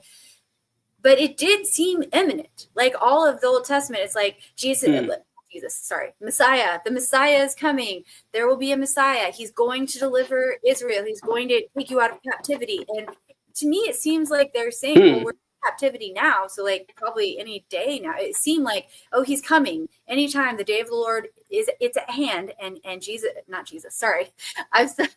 Messiah and Jesus are like so interlocked in my mind. Yeah. But the Messiah is coming and he's going to be here soon. And so somehow for all these generations of Israelites, they were having to hold in their mind that this is true. Messiah is coming. His coming is imminent, but he hasn't come for a really long time. But I do still believe that the Tanakh, or the prophecies of the Old Testament are true, even though that prophecy hasn't happened yet. And it seems like it should have happened by now. So like, I felt like, okay, that does seem like a tension that people maybe got used to in Judaism. And so maybe it's okay to continue feeling that tension now, because from what I understand, if you're Jewish, you still don't think the Messiah has come yet. Right. And so, but that doesn't mean that you throw away all the teachings of your religion because that one hasn't happened yet. Yeah. Okay. Yeah. So I think that was kind of an interesting point, but he didn't prove that it's true. He didn't like give examples of like this prophecy in the Old Testament said Messiah would come by this deadline, and he didn't. But the Jewish people still believe in Judaism anyway, and so it made sense then that New Testament believers would be like, well, Jesus said he'd come back before this generation passed, but he didn't, and so. That's just in line with everything we've experienced before. Oh, okay. Christians broke away from Judaism, so it's no big deal to continue that chain. I didn't see him proving that, but I thought it was an interesting point to me. I don't know if you took it that way or not, but that's kind of that's good. No, that's a good point. Oh, I see. All right. So next up, we have the ability test. This one is pretty fun. What's your intro on this one, Miss Heather? What did you see with this section? Okay. I just wanted to say the first sentence under the ability test, even if the writers intended to reliably record history, comma. So that first part of the first sentence of this section is basically referring to the whole first section we had before the second section. I'm like, you didn't ever prove that part. Yeah. You're just saying so now we know they intended to reliably record history. I'm like, no, you didn't. No, we don't. Yeah. Moving on to number 2, the abilities test. So even if the writers intended to reliably record history, were they able to do so? How can we be sure that the materials written about Jesus' life and teachings were well preserved for 30 years before they were finally written down? Wouldn't faulty memories, wishful thinking, and the development of legend have irreparably contaminated the Jesus tradition prior to the writing of the Gospels? And he said he talks about how the oral tradition at the time was really strong, and many people had memorized the entirety of the Old Testament or the entirety of the Pentateuch, and so people were repeating the oral tradition of Jesus's life for all these 30 years. And like if you misquoted something from the Old Testament, for example, there would be multiple people in the audience who would be like, that's not right, because I've got it memorized too. And so it's like a self-correcting system. And so he's like, it probably was the same for the teachings and facts about Jesus's life. But then he said here on the next page, it's an interesting coincidence that 10 to 40% is the I got it. I got it. All right. Okay. Like 10 to 40%. Like I am not willing to base my life on a like my life choices and my moral code on a 10 to 40% accuracy rate. Yeah, here this is what she's talking about here. It's like we have to remember that we're in a foreign land in a distant time and place and culture that has not yet invented computers or the printing press, books, or actually scrolls of papyrus, which were relatively rare. Therefore, education, learning, worship, teaching, and religious communities, all this was done by word of mouth. Rabbis became famous for having the entire Old Testament committed to memory, so it would have been well within the capacity of Jesus' disciples to have committed much more to memory than appears in all four Gospels put together, and to have passed it along accurately. Wait a second, I interjected. Frankly, that kind of memorization seems incredible. How is that possible? Yes, it is difficult for us to imagine today, he concluded, but this is all oral culture, in which there was a great emphasis placed on memorization. And remember that 80 to 90% of Jesus' words were originally in poetic form. This doesn't mean stuff that rhymes, but it has meter, balanced lines, parallelism, and so forth. And this would have created a great memory help. The other thing that needs to be said is that the definition of memorization was more flexible back then. In studies of cultures with oral traditions, there was freedom to vary how much of the story was told in any given occasion. What was included, what was left out, what was paraphrased, that was explained, so on and so forth. One study suggested that in ancient Middle East, anywhere from 10 to 40% of any given retelling of sacred tradition could vary from one occasion to the next. However, there were always fixed points that were unalterable, and the community had the right to intervene and correct the storyteller if he erred on the important aspects of the story. Yes, the same thing jumped out to me that, okay, are we saying that this is because honestly, look, everything before that is true, right? Everything before that is true. Like there's this, this is YouTube channel I love to watch called Tasting History with Max Miller. If you guys want to see a great YouTube channel, it's fantastic. He takes all these old recipes from 100 years ago, 200 years ago, 5,000 years ago. They have like all these recipes written down. And I was amazed how many of these recipes rhymed. Like every time, like actually rhymed, not just had meter, but the words rhymed. And I was like, I wonder, and then I thought, oh, that's right. People couldn't read back then. That reading was a very specific skill that only the upper class had access to generally. So if you wanted people to remember the recipe, making it rhyme was easy. Like, oh, that makes sense. And if you want people to remember history, making it rhyme makes sense. And okay, that's all true. However, you're saying this is the word of God. It should not vary in accuracy. It should vary in accuracy by 0%, right? 10 to 40% when your soul is on the line is a pretty fucking big deal.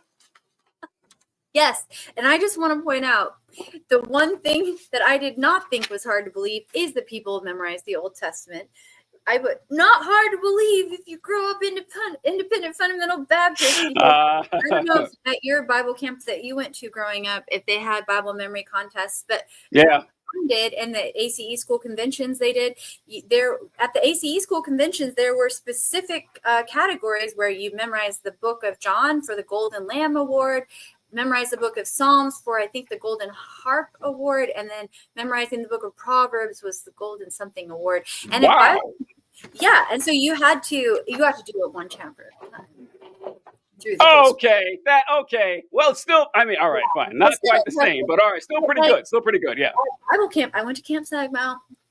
Yeah, it was a great camp. I loved it. It was always so fun. Mm-hmm. And we had Bible memory tests there. So you're only there for a week. So you have a week verbatim quote as many verses as you can, and you have each competitor has one judge. So you have to plan a time to meet with the judge, and they have their Bible open and they're reading while you're quoting, and then they track how many verses you quoted verbatim. They cannot help you. They cannot give you reminders, but they will tell you if you're incorrect. They're like, sorry, you have to redo that verse or whatever.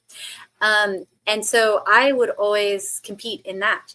And I one time quoted 500 something Bible verses over the course of that week verbatim. Wow, that's incredible. I tied for first place, I think that year or one year, but I didn't usually get first place. Like, so some people quoted 1,000 verses. Wow, that's amazing. So like the idea of quoting from memory does not seem that hard to believe. So I thought that was kind of funny that he's like, frankly, that kind of memorization seems incredible. How is that possible? I'm like, that is like one thing not to be skeptical about. Anyways. Oh, that's funny. I was. that was kind of I couldn't.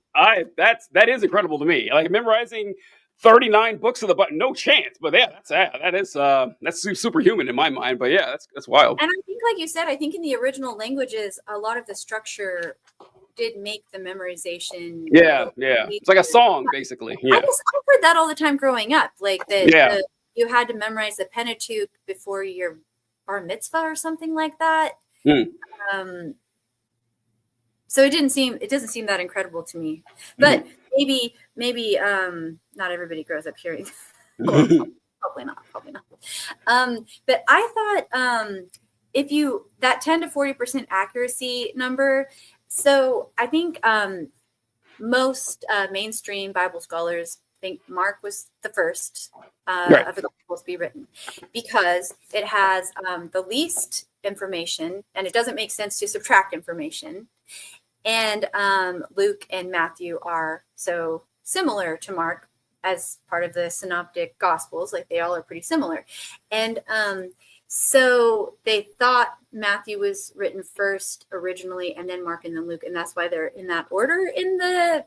I didn't know that. I didn't know that's why it was in that order. I didn't know that. Yeah, I didn't know that either. And then, like over time, they're like, "Oh no, actually, Mark, it seems to be the first one."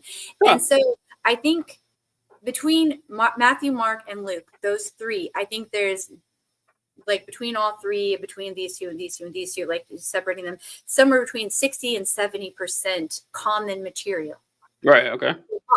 A lot of common material, and I heard one commentator say if a teacher was grading these and they were essays, the teacher immediately would have been like, okay, you all downloaded the same essay off the internet, or you all like cheated each other, something that's too much similarity. But then if you take that number, combine it with the 10 to 40% accuracy rate, I'm just like, oh no, there's like almost nothing left. So I just thought that was kind of a funny thing. Yeah, I know that. To notice. Yeah.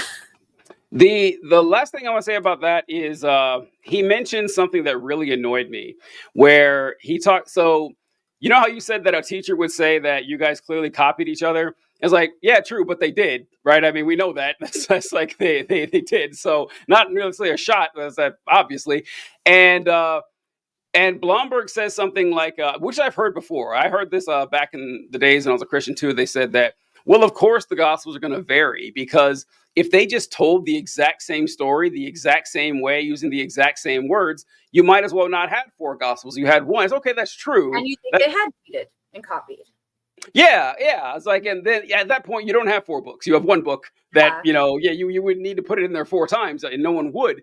And it's like, all right, we got that. We know that. Like, there's a way that you can tell additional parts of the story that don't contradict the story, right? We got that.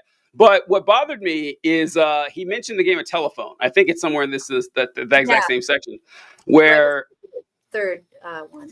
What does it say? Right before on mine is page 37, right before the character test number 3. Blomberg in telephone, half the fun is that the person may not have got it right or even heard it right the first time. And so then why, I asked, isn't that a good analogy for passing along an ancient oral tradition? Blomberg sipped his coffee before answering. If you really wanted to develop I just love those little details. Yeah. Make me feel like so human. Yeah. If you really wanted to develop that analogy in light of the checks and balances of the first century community, you'd have to say that every third person out loud in a very clear voice would have to ask the first person, do I still have that right? And change if he didn't. Which I wrote there, how accurate is that claim? That's so shitty. Sorry, go ahead. Because I'm like, so what if you were in a room full of like flunkies who didn't ever finish memorizing the Old Testament and you're telling the Old tradition? You know what I mean? Like, did that never happen? I think some of the Gospels. The Gospels, but he's saying like that oral tradition. I think like that oral tradition of we can quote the whole Old Testament, and if something goes wrong, then somebody speaks up, because everybody in the audience, like a bunch of them, have the Old Testament memorized too, and so that was what was happening with the Gospels as well. Right. And so they're saying that, look, we have 30 years between, or 40. He says 30, but it's actually 40. Like that bugs me, because he says that I wrote down because when I was writing my notes, it annoyed me to write 30 because he says, well, there are 30 years between Jesus' death 30 and steps. the Gospel of Mark. Like, no, that's 40 years. Why are you doing that? But anyway, like, it's so petty. But he says, so how can we trust like these oral Maybe because it's traditions? from 34, so maybe he's like rounding. 36 Like, years and he rounds down. Like, Yeah. so, yes, that's my only guess. That's my only Yeah. guess. So he says that, well, how can we trust these decades-long oral traditions to be accurately recorded 40 years ago? And he says, well, think about telephone. He says, you can't use telephone because in telephone, every third person doesn't check back to make sure the gospel is accurate. And I wrote down, no, that's not a good analogy at all. Like he's right, telephone wouldn't work. Here's how the analogy would have to work. You would have to tell the story not to one person who passed it down. You tell the story to 100 people at a time.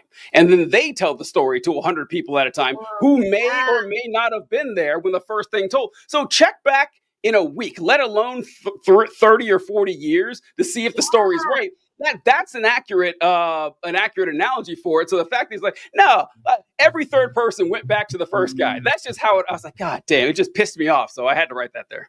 Oh, that's such a good point.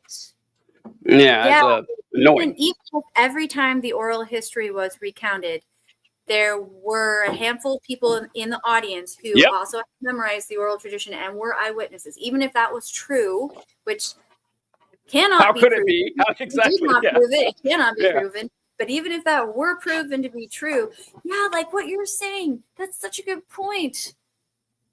Because it's even worse than telephone. It's worse. It's a worse version of telephone. Yeah, the person's gonna tell the story the next day or the next week. They'll have no way they could possibly check it with the first person. I don't know. It's annoying. So, okay. All right. Do you have anything else to add with the ability test? That one.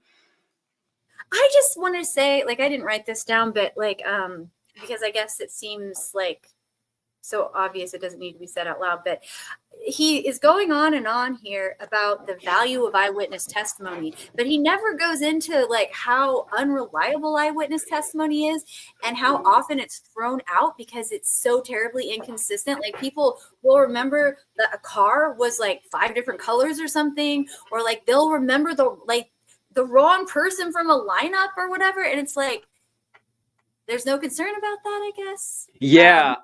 Anyways.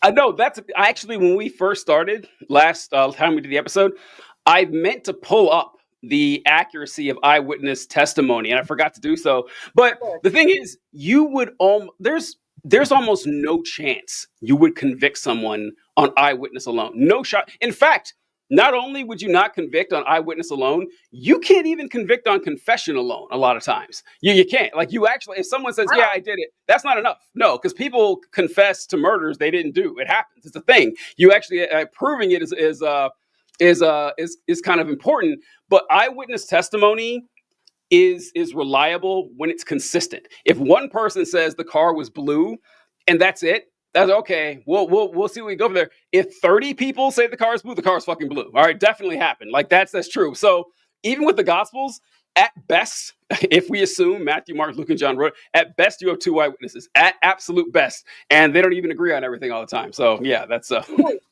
reminded me of another thing. I forgot. I was going to look up this guy's name because I hate to not give credit to where it came up. Idea if I can remember it since it isn't my field, but the guy who's he has the channel Religion for Breakfast. Oh yeah, I've heard of that. Yeah, I love that guy too. He's friends with the charts guy, Dr. Matt Baker, but I forget his name, but anyways, you can find him at least with the channel name if you want to, if you're watching this. But he was talking about something called narrative fatigue. I had never heard of that before. But so with the whole synoptic gospels and the similarities in the stories. So I guess this was a common practice at the time too. You would maybe take the story and you were going to retell it in your book and it's fine, but you would change details to make it seem like it was a new story. And you would change most of the details at the beginning of the story.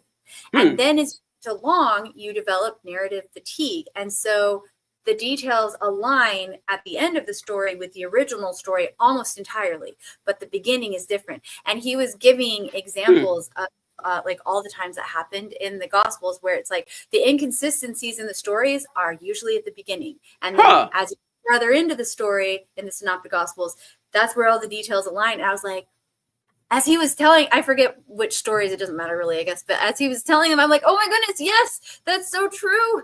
So I thought that was like, really, yeah, kind of an interesting little tidbit. That's cool. Yeah, I hadn't heard about that, but it does kind of make a lot of sense. Like it kind of does that, like, because we do that. Like if you tell a joke, like if you have a joke memorized, you can change stuff in the joke at the beginning. The end's kind of got to be the same though. But the joke always has to end the same way. But the beginning, you can mess around with that. Or if you're rebooting like a comic book franchise or something, that all right, you know, what happens in the beginning, like where the character moves around, stuff like that. But Batman's got to fight the Joker eventually. At the end, he fights the Joker. Like however you get there, that's cool. Let's make it happen. So that's interesting. But yeah, I hadn't heard about that, but it does make sense to me. All right, this is actually my favorite section here. This section is the character test. And I'm going to pull this up, the character test. Here we fucking go. All right, the character test goes as follows. This test looks at whether it was the character of these writers to be untruthful. Was there any evidence of dishonesty or immorality that might taint their ability or willingness to transmit history accurately? Blumberg shook his head. We simply do not have any reasonable evidence to suggest they were anything but people of great integrity, he said. We see them reporting the words and actions of a man who called them to as exacting a level of integrity as any religion has ever known. Bold statement. They were willing to live out their live out their beliefs, even to the point of 10 of the 11 remaining disciples being put to grisly deaths, which shows great character.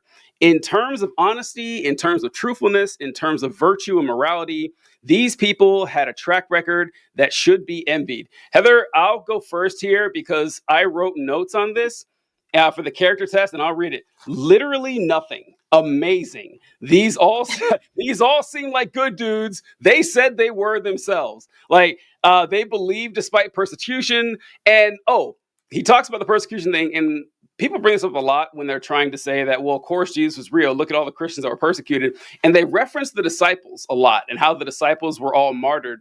And I hate to break it to you guys, scant records of that. They say that Christian tradition says Peter was crucified upside down, or Christian tradition says that Andrew was crucified on a cross shaped like an X. And Christian tradition is a euphemism for legend. All right, that's what it is. It's a legend. Like there's no proof, no evidence at all.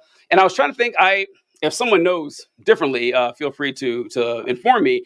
But I could think of the scholarly study of my brain, the top of my head here, is I can think of 2 examples, or 1.5 really, of people who knew Jesus, who claimed to know Jesus, who were, or that we know of. I mean, who would have said James? I think that Josephus mentions that James was executed, like thrown off of a roof or something like that.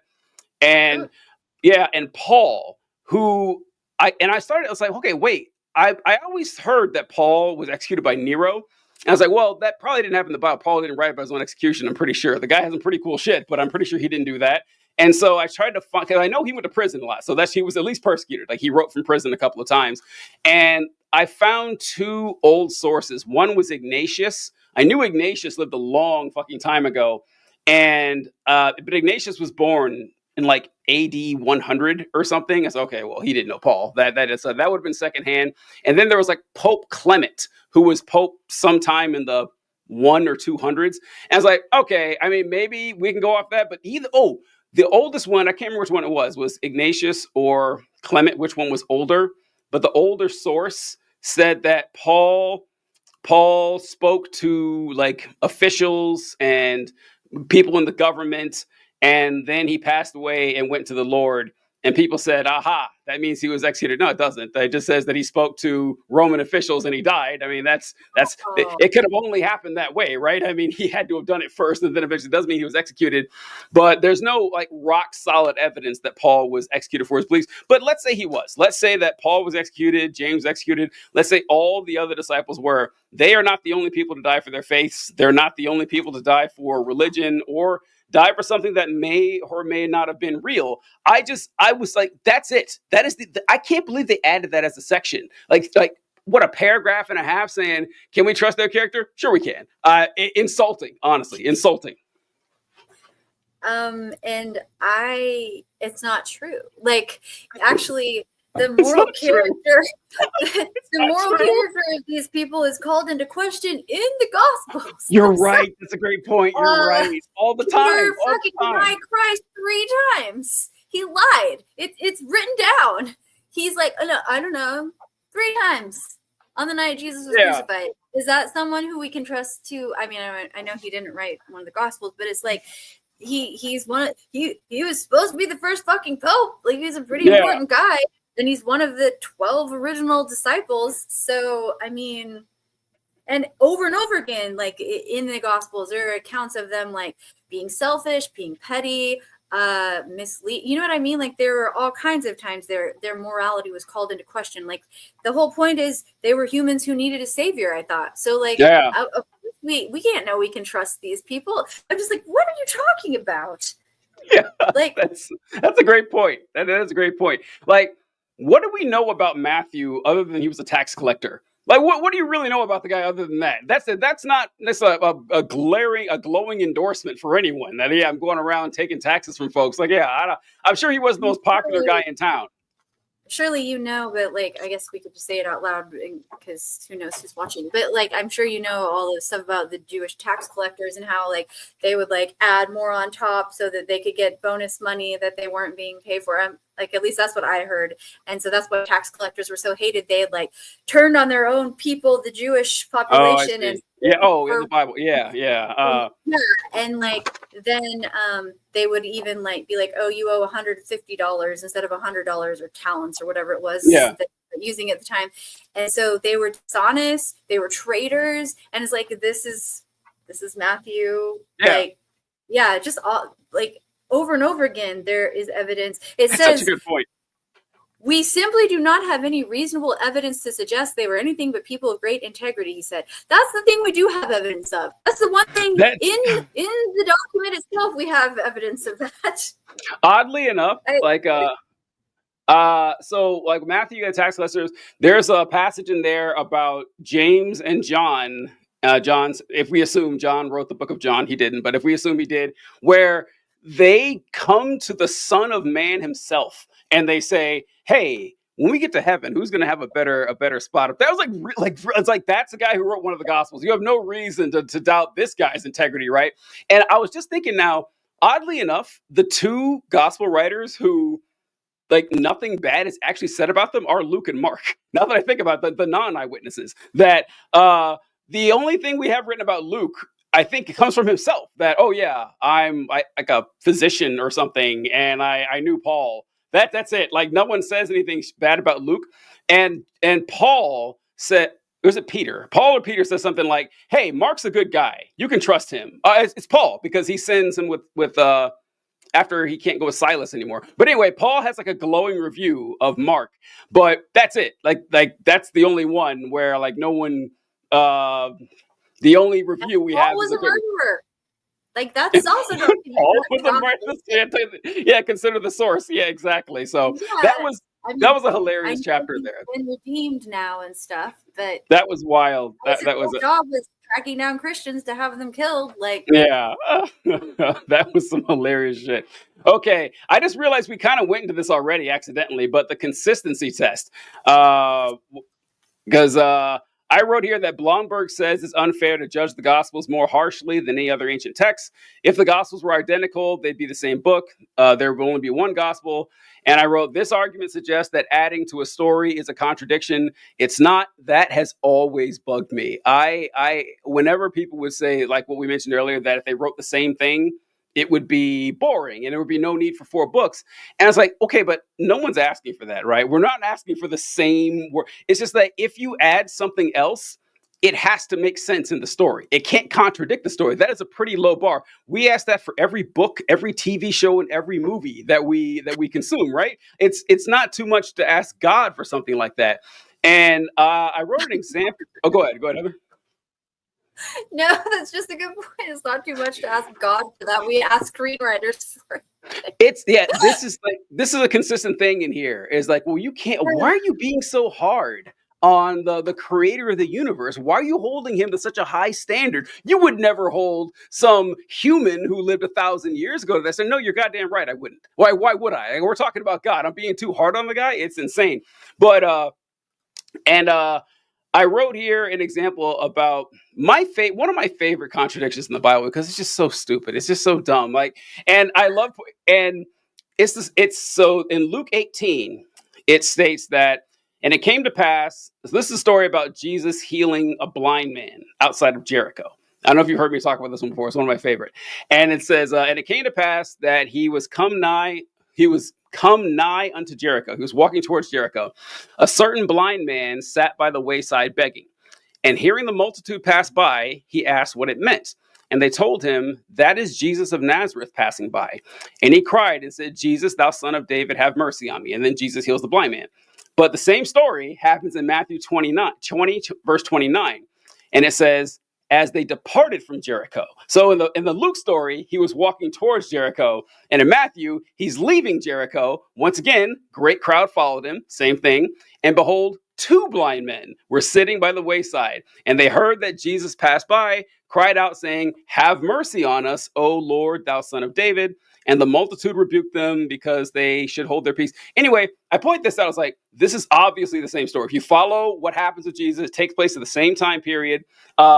And why in one story does Jesus walk towards Jericho, heal 1 blind man, and the other story, he leaves Jericho, heals 2? The answers I've heard on this are fucking hilarious that I hear on this, that they'll say, well, listen, that's not a contradiction. You see, he just healed 1 blind man on the way in and 2 blind men on the way out. No, so fuck you. You know that's not right. You know you were just stretching this. That is the shittiest writing I've ever seen. Once again, I would expect more from an 8th grade creative writing class, that they couldn't get this right. And the best one, though, I think I heard this at Maranatha. I'm positive I first heard this at Maranatha. And the best one that I heard is that, yeah, and I've looked this up too before I mentioned the show. This is an actual apologetic defense. That, okay, what happened is Jesus healed 2 blind men. He healed 2 blind men. That's the actual story. But in one story, they only mentioned 1. Right? They only mentioned 1 guy because, that's not a contradiction. If you heal 2 blind people, you write about 1. It's accurate. I was like, okay, all right, fine, okay. But the Jericho thing, why the leaving and coming from Jericho? And they said, well, here's the thing. There are 2 Jerichos. There's the Jericho he walked into, but there are ancient ruins of an abandoned Jericho. So he was actually walking toward actual Jericho, but walking away from abandoned Jericho. And I said, go fuck yourself. Okay. Yeah. This is insanity, right? No, why wouldn't they make that distinction? How do you know that's the case? And it's and then what people will say, the more enlightened believers, they say that that contradiction doesn't really matter.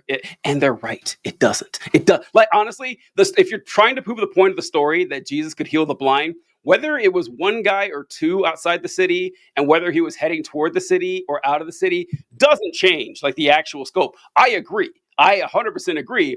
But I'm not the one saying this is the word of God. This is either right 100% of the time, every fucking letter, every punctuation, or it's not. And you're the one saying it is. You can't say, well, that's a minor contradiction. There's no such thing when it comes to the Bible. So yeah, that was the first thing I want to get out there with the consistency part.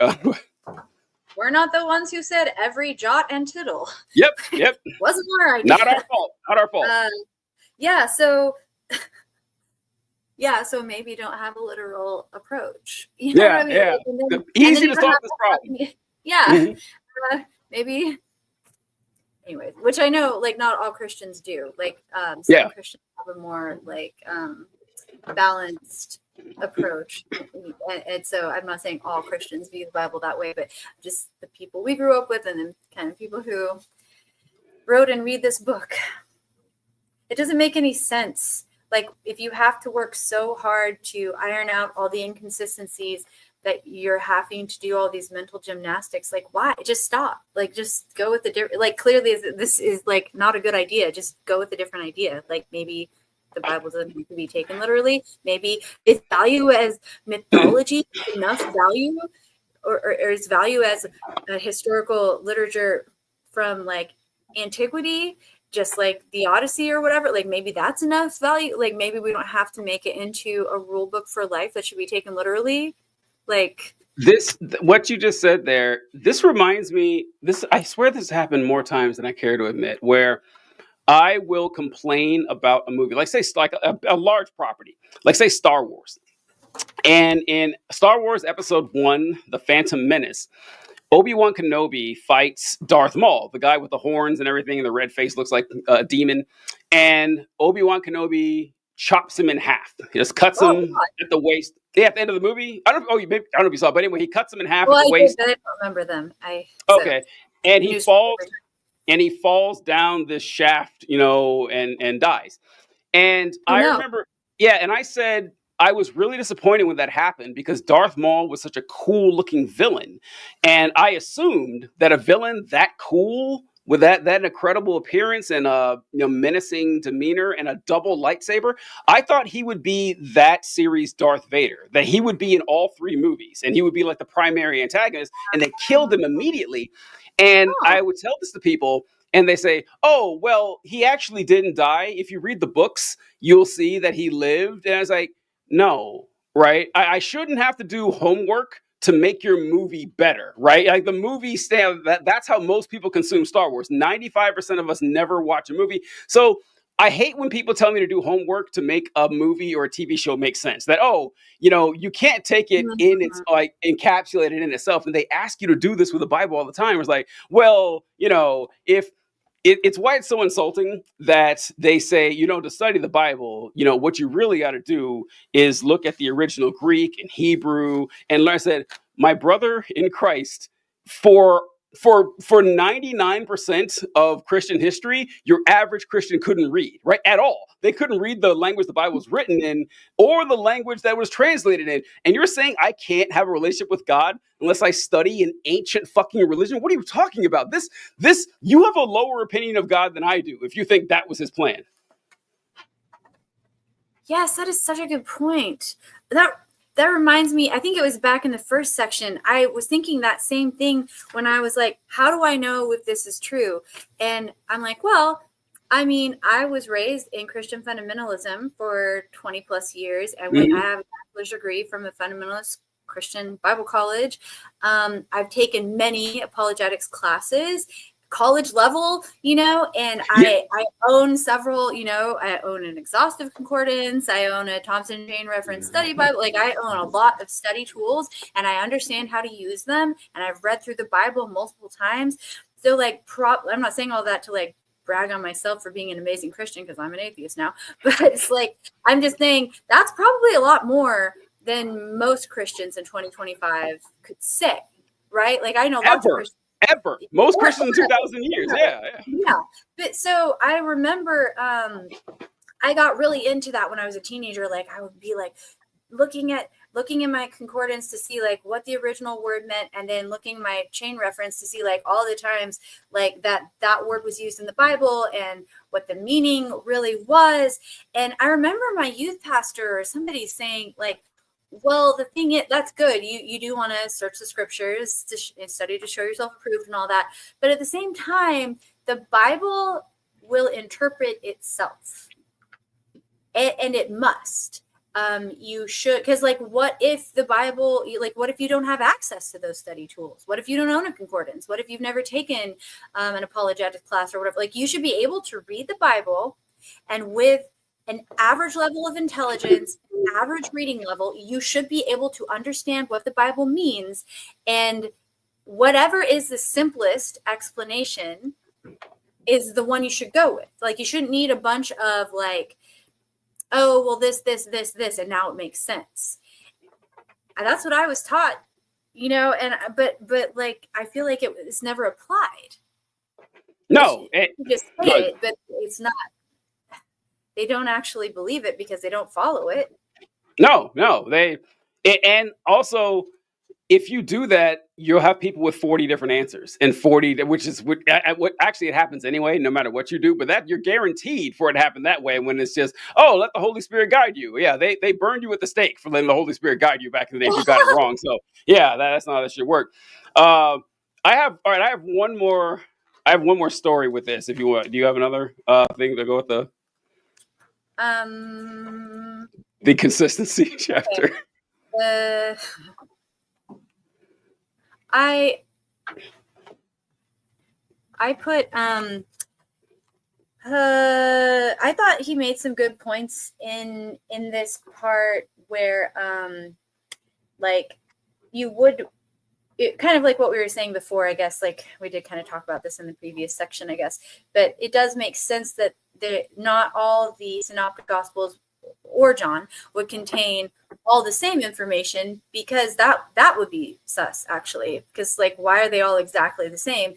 But that's not the same thing as containing contradictory information, though, and so he doesn't like address that part of it. Like, I get that they shouldn't have identical material, but why is there contradictory material where the story is the identical story? That doesn't make any sense. And then coping with contradictions. I put like some of the ways he was explaining these away, like it does make sense, like where he said the centurion in one of the gospels, it says that the centurion came and asked Jesus to heal his servant, and then that was in Matthew, and then in Luke it says the centurion sent his elders to ask Jesus to cure the guy. And Blomberg was like, well, that's not really a contradiction. It's just like maybe somebody says President Trump came and said do this, or the White House said do this, or well, we don't think, oh, that means President Trump actually like went to Iran and like dropped the bombs or whatever. We get that means he sent someone to do it. So I'm like, that makes sense. That one does kind of make sense. But there's I agree. So many, and that's only one of them. And then the Maniac of Gadara, or that's always how I heard this book called. Yeah, I'm ready for this one. All right, this one I have a lot on this one. I just have one tiny thing to say about it, which I just heard one commentator saying this. I don't know how much truth there is to this, but he was saying some people think that story was originally penned by like some kind of Roman government propagandist, and the story was originally not about physical pigs, but it was about Jewish people. And then they just and then they just and that's why this book was very anti. Some of the stories that they included were originally very anti-Semitic, and then they just shifted some of the labels so that some of that was veiled and could be consumed by a Jewish and / Christian audience as Christianity was morphing from Judaism into a Gentile religion, actually, instead of mostly being full of ethnically Jewish people. Which, I was like, how horrifying. But that's not even the point of what he was saying here. I just stumbled across it and I was like, oh my goodness, I need to find out more about that. God. I hadn't heard that story. I hadn't heard that. That's interesting. It does remind me of Christopher Hitchens in his book. It was God is Not Great. He writes about I love the title too. He writes about the limitation. Yeah, he loves the limitations of language, honestly, and that odd that there's so many not just contradictions but misunderstandings and mistranslations and just the miasma of trying to figure out what God is saying. And the big problem is that language, there's no way to perfectly translate a language. Even if you could, sometimes it doesn't make sense. And he gives an example. I forgot where he said this took place. It was some missionary that lived in an area where they didn't have sheep. Like, they didn't know what a sheep was. They had no idea. So the pastor in this region, he had to make it fit, like make the story make sense to people. So the closest animal that they had to a sheep was a pig. And so he would refer to his congregation as my swine and not his flock. And how funny that is to us. And so, but to them, they wouldn't have been insulted by it. But if you heard, it's like, oh, but yeah, because God's word is actually limited by geography. Or, I mean, you tell someone who's never seen snow, like, like it's white as snow, they have no idea what you're talking. Well, what is snow? What are you talking about? So yeah, this is thinking about how limited it is kind of funny. And so you mentioned the thing about the centurion. No arguments there. I thought, yeah, that's a good point. That doesn't sound like a contradiction, because the centurion sending for Jesus in person and sending an emissary, it is the same thing. I would never call that a contradiction. Yeah. That's kind of lazy and stupid if that's what you're going to say. Now, the Maniac of Gadara story, I jumped all over this one. I didn't know. I just had to find out because it was interesting. I don't remember reading this, but basically, I'll actually pull it up here. What he's talking about. Let's see. I gotta make this bigger. It's hard for me to read. Okay. Here it is. All right. What about Mark and Luke saying that Jesus sent the demons into the swine at Gerasa, while Matthew says it was at Gadara? People look at that and say, this is an obvious contradiction that cannot be reconciled. It's two different places. Case closed. Once again, the flair this guy has. Well, don't shut the case closed just yet, Blomberg chuckled. Here's one possible solution. One was a town, the other was a province. I was like, oh, okay. When I heard that, okay, that would make sense. That, yeah, if I said Jesus, arrived in Missouri and someone said he arrived in St. Louis, not a contradiction, not at all. So I'm with you so far. And then Strobel says, that seemed a little too glib for me. You see, Strobel's a lot more skeptical than TJ is. TJ would have just rolled on with it, but Strobel wanted to dig a little deeper here. He appeared to be skimming over the real difficulties that are raised by this issue. It gets more complicated than that, I said. Gerasa, the town, wasn't anywhere near the Sea of Galilee, yet that's where the demons went after going into the swine. Supposedly took over the herd.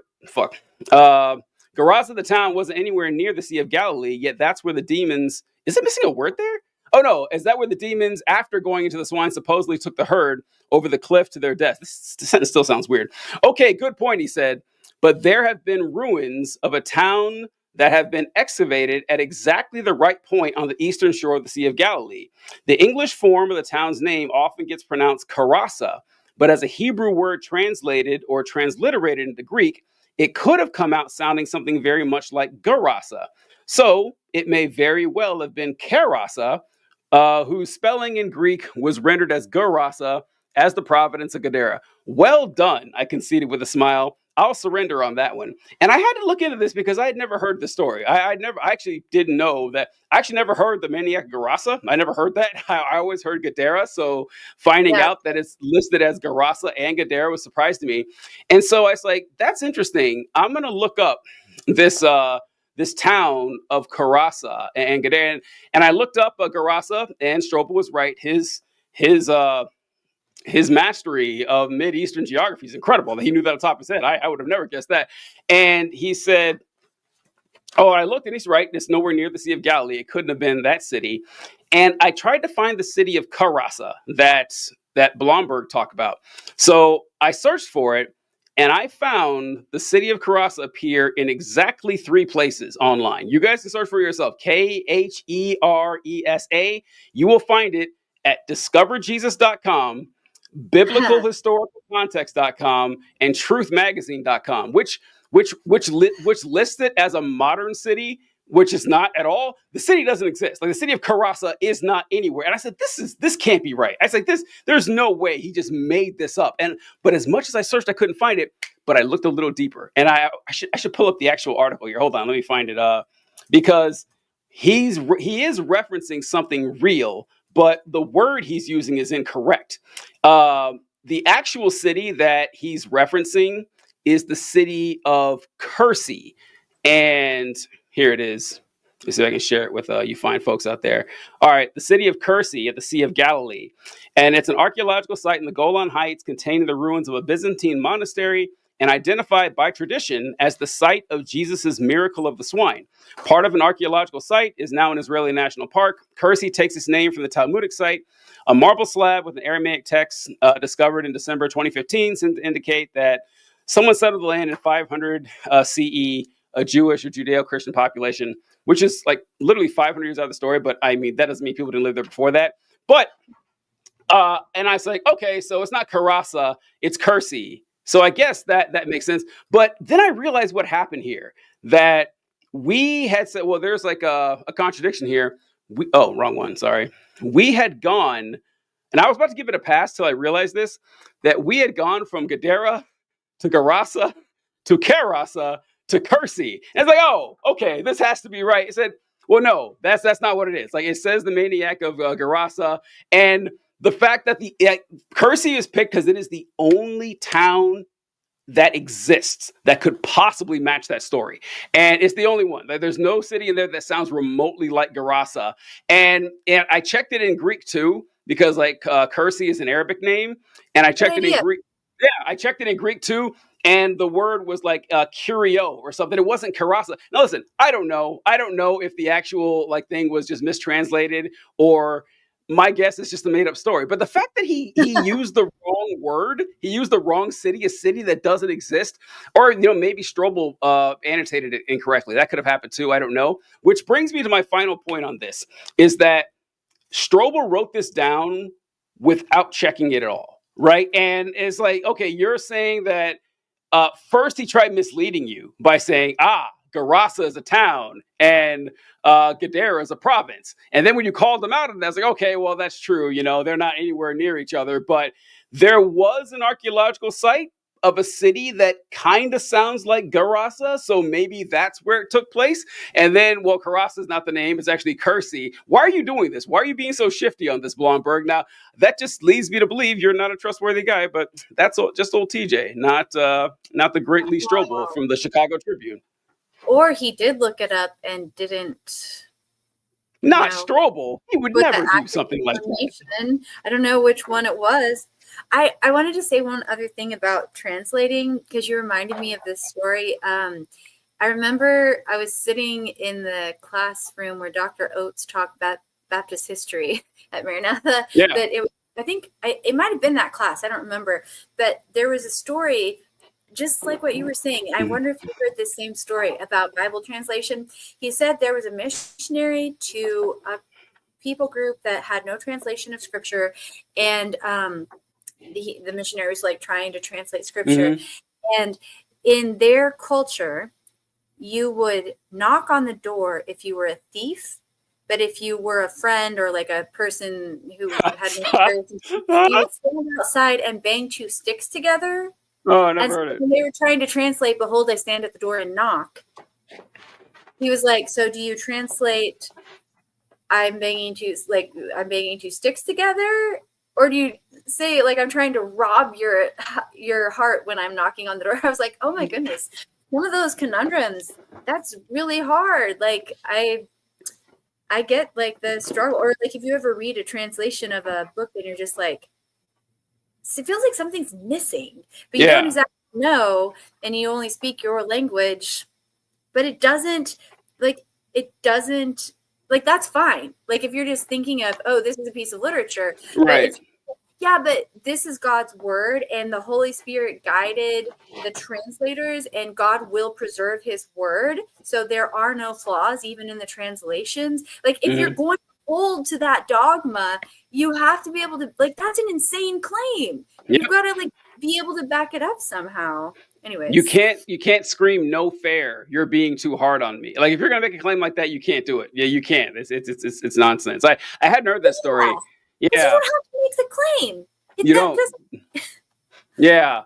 Why would a thief knock on your door though? Well, maybe like banging down the door, but maybe like the polite way was to bang the sticks, and then if you were like banging down the door, like I don't know, because like that's only that would work. But I hadn't heard. It was a little weird, but this isn't a Bible translation or anything to do with religion at all, but I remember my first exposure to communism came from a missionary, and he was telling a story about some place he went. And he said that it was in the middle of like the forest or whatever, like they weren't around like a developed area. So you had to grow your own food. And he said that he paid like the native population to help him plant the garden or whatever and stuff like that.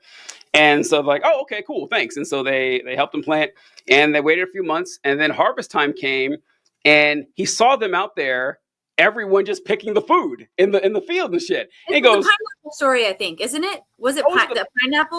was it pineapples? I don't know. What happened? If it is the one I'm thinking of, the pineapple story, that's from Bill Gothard. There's my parents had the book, The Pineapple Story. Otto Koning, I think, was the name of the missionary or something like that. Yeah, and he got really angry because the people from the native population were harvesting the pineapples, and they said, "Our hands plant them, our mouths." Yeah. Yes, yeah. Okay. Oh, you know, it's funny. I have heard. I'm familiar with the term "the pineapple story." I didn't know that was the same story, but I remember hearing that and like, huh, that actually does make a lot of sense. I was like, I can see. I didn't know what communism was at the time, but I was like, that's hard to argue against that. There's like, especially if you don't understand that. Yeah, I don't know why you're giving me this money to help plant, but sure, I'll take it. You would. It kind of. Dave Chappelle has a great joke about this. How, you know, we learned that I forget the native tribe that sold Manhattan, you know, hundreds of years ago, but they sold Manhattan for like $24 or something like that. And people always talk about that. And it's like, man, can you believe they sold Manhattan for $24? Like, why would they do something like that? And Dave Chappelle had a great bit on that. He says, what? We tell that story and make fun of the Indians. Yeah, look how stupid they were selling that prime property so cheap. But he's like, you got to realize that they didn't have a concept of people owning land. Like, that was a ridiculous thing to them. It's like they probably heard someone say, hey, can I buy that land? They thought, yeah, sure. You want to buy the sky too? I'll give you, just hand over some money and it'll be good to go. It's like, oh, that's right. It is kind of a dumb concept, but, you know, just thinking about it from your point of view, it looks absurd. But if you're looking at it from, I don't know, a point of view that doesn't like allow something ridiculous, like a human being owning part of the earth, like, oh yeah, that would seem kind of crazy. But all right. Yeah. That's kind of like the different frameworks, the different paradigms with the writers, I feel like, compared to now and when the Bible was written. Yeah. It's just like, it's so hard. Like in the show Rome, where they show like the intense belief. What is the show? Rome? Rome? The show about Rome? Wait, is it like an HBO show or something? I think I've heard of. Yes. Okay. I think, right? Isn't it? And they show like how seriously people took curses and idolatry, and or I shouldn't say idolatry, the power of divine images to affect the lives of mortals.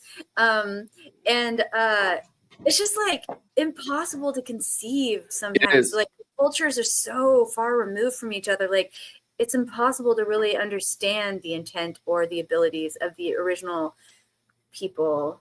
That's a really good example, the selling of Earth. Because it totally makes sense to me. It's like, how could you not understand? Of course I own this. I paid for it. Of course I own it. Yeah, I know. It is funny. All right. Let's wrap this up. That was a good run there. Any final thoughts on the great Lee Strobel of the prestigious Chicago Tribune?